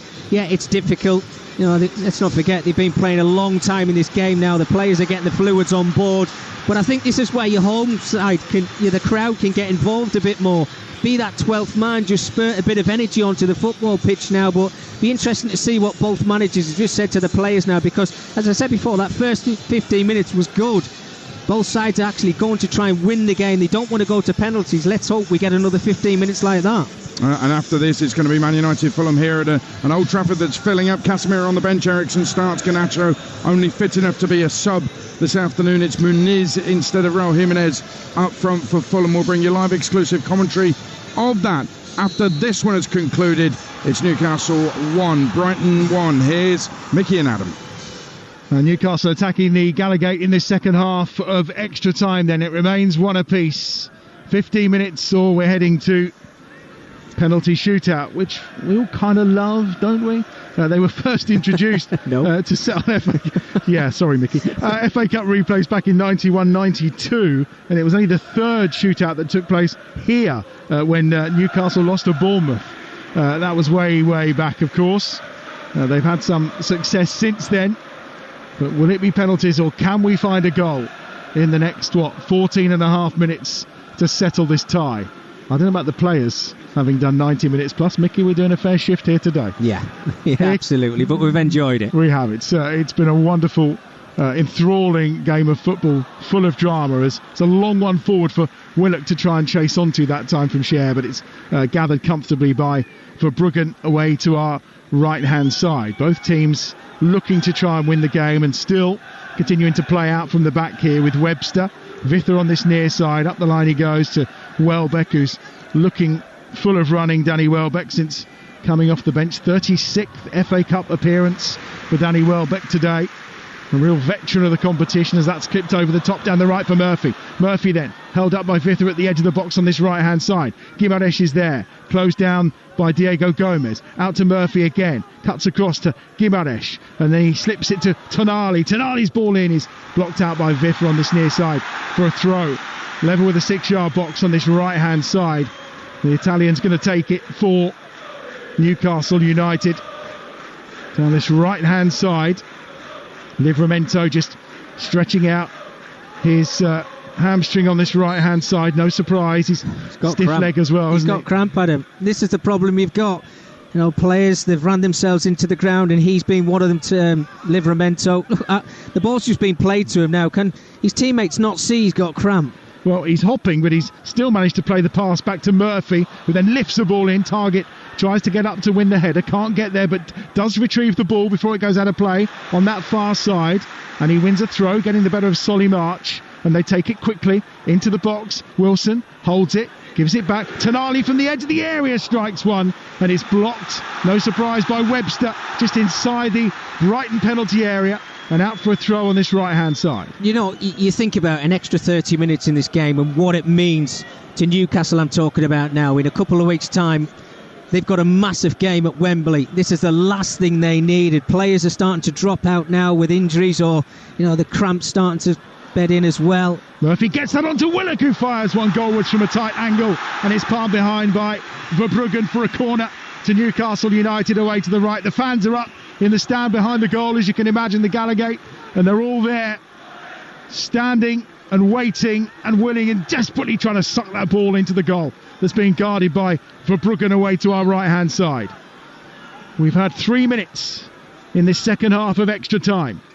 Corner down this right hand side is going to be delivered by the left foot of Target. He swings it in right under the keeper, and up when Willard's trying to get there, comes out to Tonali on the half volley. And it was probably going over, but it was blocked anyway. And now Target from the edge of the box drives one all along the ground, and it's gathered comfortably by Verbruggen, who had his body well behind the ball. It remains 1-1 on Talksport. Viva's done absolutely brilliant, hasn't he? You could see that Tonali was setting up for that volley. We know he's got a wonderful strike on him, and Weaver just gets himself out there, makes himself big, makes the block just to take the sting out of that shot from Newcastle. And then the one from Target's not really got any sting behind it, as it's a simple save for Verbruggen. But again, talking about two sides still actually going for it, want to get this tie out of the way before the 120 minutes is finished if they possibly can, because no penalties it's a lottery, isn't it? You just never know. It's a lot of fun, I think, but there we go. You're right, it is a lottery. Livramento looks like he's run off that cramp for the time being away to our left-hand side, as Brighton will just try and move it round again and find some room. João Pedro looks incredibly tired, but they'll want him to stay on to take a penalty. There's no doubt about that. Webster down this left-hand side. He's just waiting and finding room with Vither, and then he'll maybe switch play to the right, because there's a little bit of space out there for Brighton. They're chasing out to that right-hand side. Callum Wilson's after them to try and win the ball back, but it comes to Kruder, and it just goes back once more to Webster inside the centre circle. Webster forward to the feet of Welbeck, has two round him, goes back to Webster again. This is almost a breather time for Newcastle. They just allow Brighton to have the ball without penetrating them too far. But now Solly March is trying to make inroads down that right-hand side. Gets towards the byline, March. Does brilliantly. March inside the penalty area. Looks to cut it back across, and he does. And he evades everyone. And João Pedro on this near side is going to be literally barged to the ground by Cher. And it's a free kick for Brighton on this near touchline. And he just lays down, looks at the bench as if to say, oh, I'm tired. I've got nothing left. You're right. I mean, all the players out there look as if they're running on empty at the moment, don't they? But how good has Solly March done to get away from Matt Targett? Two players that actually came off the bench. Great feet, showed great pace to get to the byline. That lovely little pullback. And you're just hoping that one of your teammates is there just to pop it into the back of there. Couldn't really find anybody, but there's another one of them down with cramp. João Pedro, I said he looked absolutely shattered, and he does. I mean, he's basically hobbling around now. He's just making up the numbers. Well, as we say, we'll need him for a spot kick if required. And we're only 9 minutes away now from a penalty shootout in this FA Cup fifth round tie at St James's Park. Welbeck, I think he's being told to get in the box by some of these stars. Well, he's moved that about a yard and a half forward. And Anthony Taylor, is the assistant on this near side, I think, is pointing out that he's taken it away from where he's marked down with the foam. Welbeck's going to take it short to Gruder. Gruder towards the edge of the penalty area. Tees this one up for Gomez, who fires it towards the back post. It was lifted in and Targett will get it away. And it's going to be a chase on here, maybe, for Willock, who just doesn't quite get there. Across comes Gomez with a challenge. Out of play for a Newcastle throw on halfway. Guimaraes has taken it quickly. Wilson's in the penalty area. He's the only player really that's forward here for Newcastle. Willock down that left-hand side. He's done brilliantly. Gets to the byline. There's two in the box now. Willock, can he stand it up? Plays it out to Tonali. Edge of the penalty area. One more on. Murphy helps it on to Guimaraes. Comes towards Murphy. Oh, him and Tonali get in each other's way. They tried to win the corner. Tonali's got it. Edge of the box, right-hand side. What can he do with it? He gives it to Guimaraes. Guimaraes onto Tonali. Tonali at the byline. Pulls it back. Oh, it's hit Wilson in the face off the foot of Van Hecker. Half cleared from the edge of the box. Gruder gets it forward. Up towards João Pedro. Livramento intervenes. And there's the roar from St James's Park, because they feel that Newcastle have some pressure here on the Brighton goal, and they do. Tonali, 25 yards out, cries of shoot. He goes wide though to the right. Murphy cutting through on his left foot, tries to hit one in low. It's clicked up in the air by Webster. Tonali takes it down and then cuts it back across. Verbruggen's there pushing away, almost into Wilson, and then up in the air. It's a real high and up and under from Viffer. Wilson's in the box trying to win it. Viffer is stronger, gets the header away, and João Pedro will volley clear into the Newcastle half. Dubravka's come out here and he's closed down by Gruder. Clips it down this near touchline. Tonali's there. João Pedro gets there first and he tries to just move it on, which he does, to Gruder. Gruder now. There's room on the right-hand side, plenty of it as well for Gomez and for Solly March as well. Good counter this from Brighton. Solly March into Welbeck, and he hits the back of the net. It's Danny Welbeck for Brighton and Hove Albion with 7 minutes remaining. The veteran strikes again for the Seagulls, and maybe he's put Brighton into the quarter-finals of the FA Cup. It's Danny Welbeck, the substitute, strikes once more, and hearts are breaking around St James's Park. It's Welbeck with a delicate finish that ripples the back of the net, and with 6 minutes remaining of extra time, it's Newcastle 1, Brighton 2. My goodness, this is just absolutely incredible, isn't it? The players are out on the feet. You can see when that ball falls to João Pedro, he's got nothing left in the tank. He's waiting for one of his teammates just to pick up the ball, but then you can see when they work it over to the right-hand side, and Danny Welbeck, who came to St James's Park early on the season to score a goal, has got his second. Absolutely fantastic. Fresh legs, kept his cool, waited for Dubravka to make that little dive. The dink over the top of him is absolutely brilliant. Is this one going to be checked as well? I'm not sure, but that is a brilliant finish from Danny Welbeck. Absolutely outstanding. It's the 10th FA Cup goal of his career. 5 for Arsenal, 3 for Manchester United. It's the second for Brighton. He actually scored on his FA Cup debut back in 2009, and he's done it again today. And he could well be Brighton's hero. There is still 5 minutes for Newcastle United. And slowly Danny Welbeck has made his way back into position. Anthony Taylor pointing out he will be adding time on. What have Eddie Howe's side got left in them? They trail 2-1. You're listening to Talksport. Coming up, Manchester United, of course, against Fulham is 15 minutes away. More FA Cup action tomorrow night. Forest against Ipswich in the final tie in round 5. But at this moment in time, it's Brighton joining Villa, Palace, Preston, Bournemouth and Manchester City in that draw for the quarter-finals. It's Tonali, wins it, finds Byrne.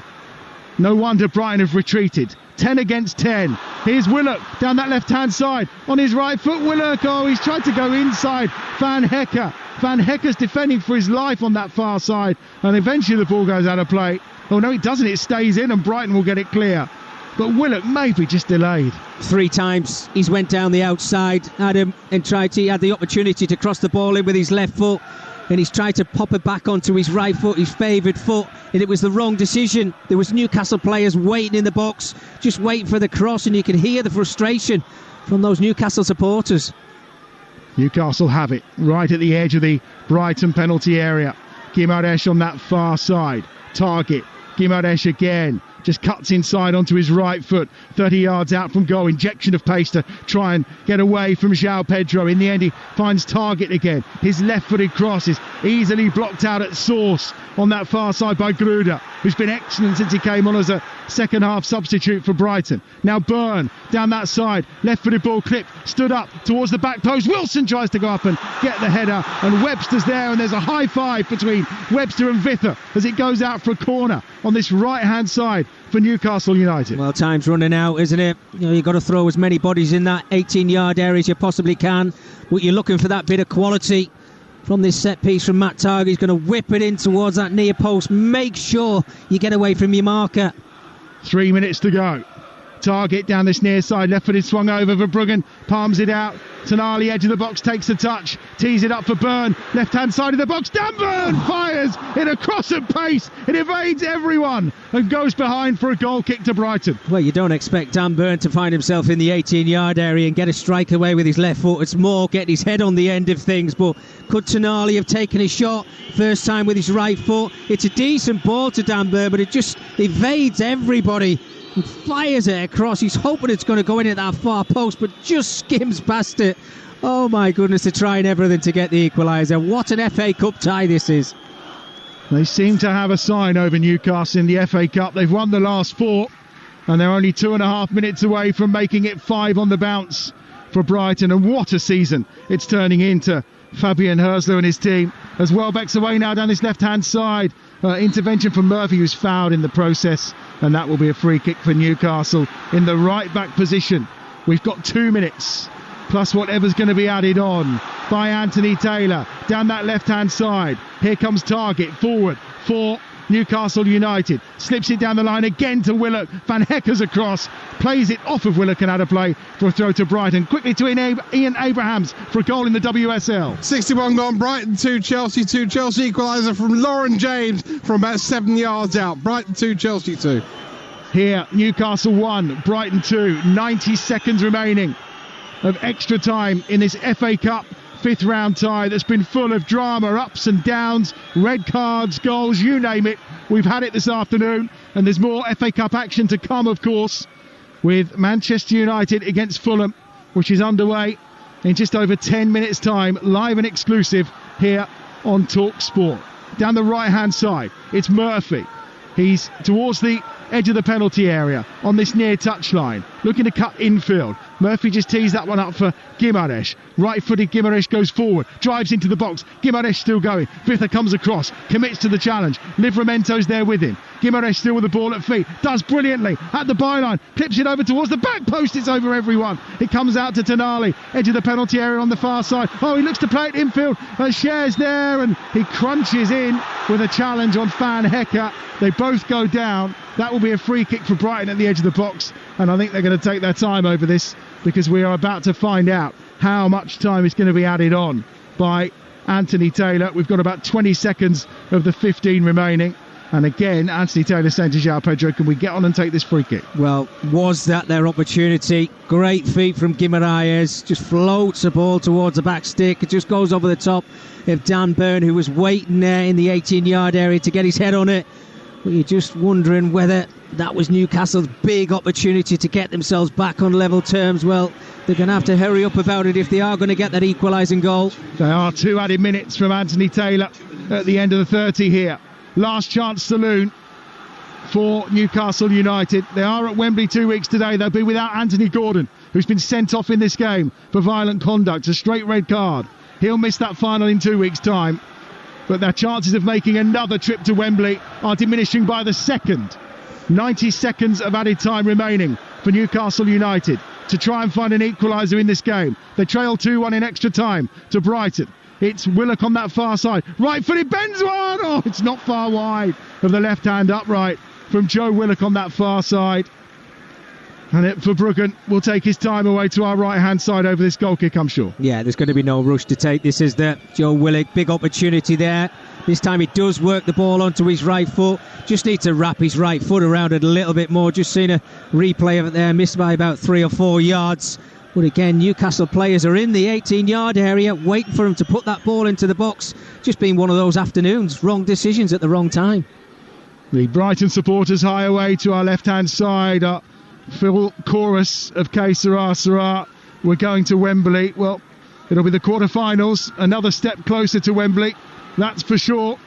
And about 30 seconds left of time added on here for Newcastle United to try and find an equaliser. Hinchelwood just hacks it forward from inside the centre circle for Brighton and Hove Albion. Tonali will bring it forward. Here they come. Dubravka the only one back for Newcastle United. João Pedro can't really get himself into any kind of shape here because of his cramp. Murphy down this right-hand side, heads towards the corner flag. Murphy gets a brilliant crossover. Verbruggen will gather it at the edge of his 6-yard area, and you feel that will probably be that as the clock ticks down more. Verbruggen falls on top of it, very much a la Jordan Pickford, away to our right-hand side. And the 2 minutes offered up by referee Anthony Taylor have ticked round. He says, come on Verbruggen, you need to clear the ball, which he does. Right-footed, and Anthony Taylor blows the final whistle. And Newcastle United's dream of another potential trip to Wembley in the FA Cup is over once more. It's Brighton's day at St James's Park. It's Danny Welbeck's day. The veteran, on his 36th FA Cup appearance, scores his 10th FA Cup goal, and it's that goal in extra time that sends Fabian Hürstler and his Brighton side through to the quarter-finals of the FA Cup once more. A terrific performance, a brilliant game, both teams ending up down to 10 men. There wasn't anything that couldn't be asked of those players out there remaining. A pulsating FA Cup tie that ends with Danny Welbeck's goal separating these two sides. It's a 5th FA Cup win in a row for Brighton over Newcastle, and the second time this season Brighton have come to Fortress St James's Park and left with victory. There's still the Carabao Cup final to come for Newcastle United, without of course Anthony Gordon, but it's Brighton who will go into the hat for the quarter-finals later this afternoon. Full time at St James's Park. After extra time, Newcastle United 1, Brighton Hove Albion 2. And of course Brighton have knocked Newcastle out of the FA Cup. It's exactly what they do, and Mickey Gray-Adams got it spot on. This FA Cup 5th round has been sensational. In fact, the FA Cup this season has been brilliant. That was a terrific tie. Outstanding, Adrian. Enjoyed it from start to finish. It was brilliant. You see the celebrations on the pitch right now. It just shows you what it means to both sides. And these Brighton players are absolutely buzzing. They're going through to the quarter-finals. Brilliant day of football. Well, Danny Welbeck got the winner at Newcastle early in the season. Hadn't scored since October. Scores the winner in midweek in the Premier League. Scores the winner today. And what a brilliant finish from him. Oh, outstanding. The little dink over Dubravka as well. It was the way he waited for him to make his move, the goalkeeper, Adrian. And then the finish was absolutely superb. Fresh legs, and he got the winner. And he was absolutely buzzing at the end, the full-time whistle.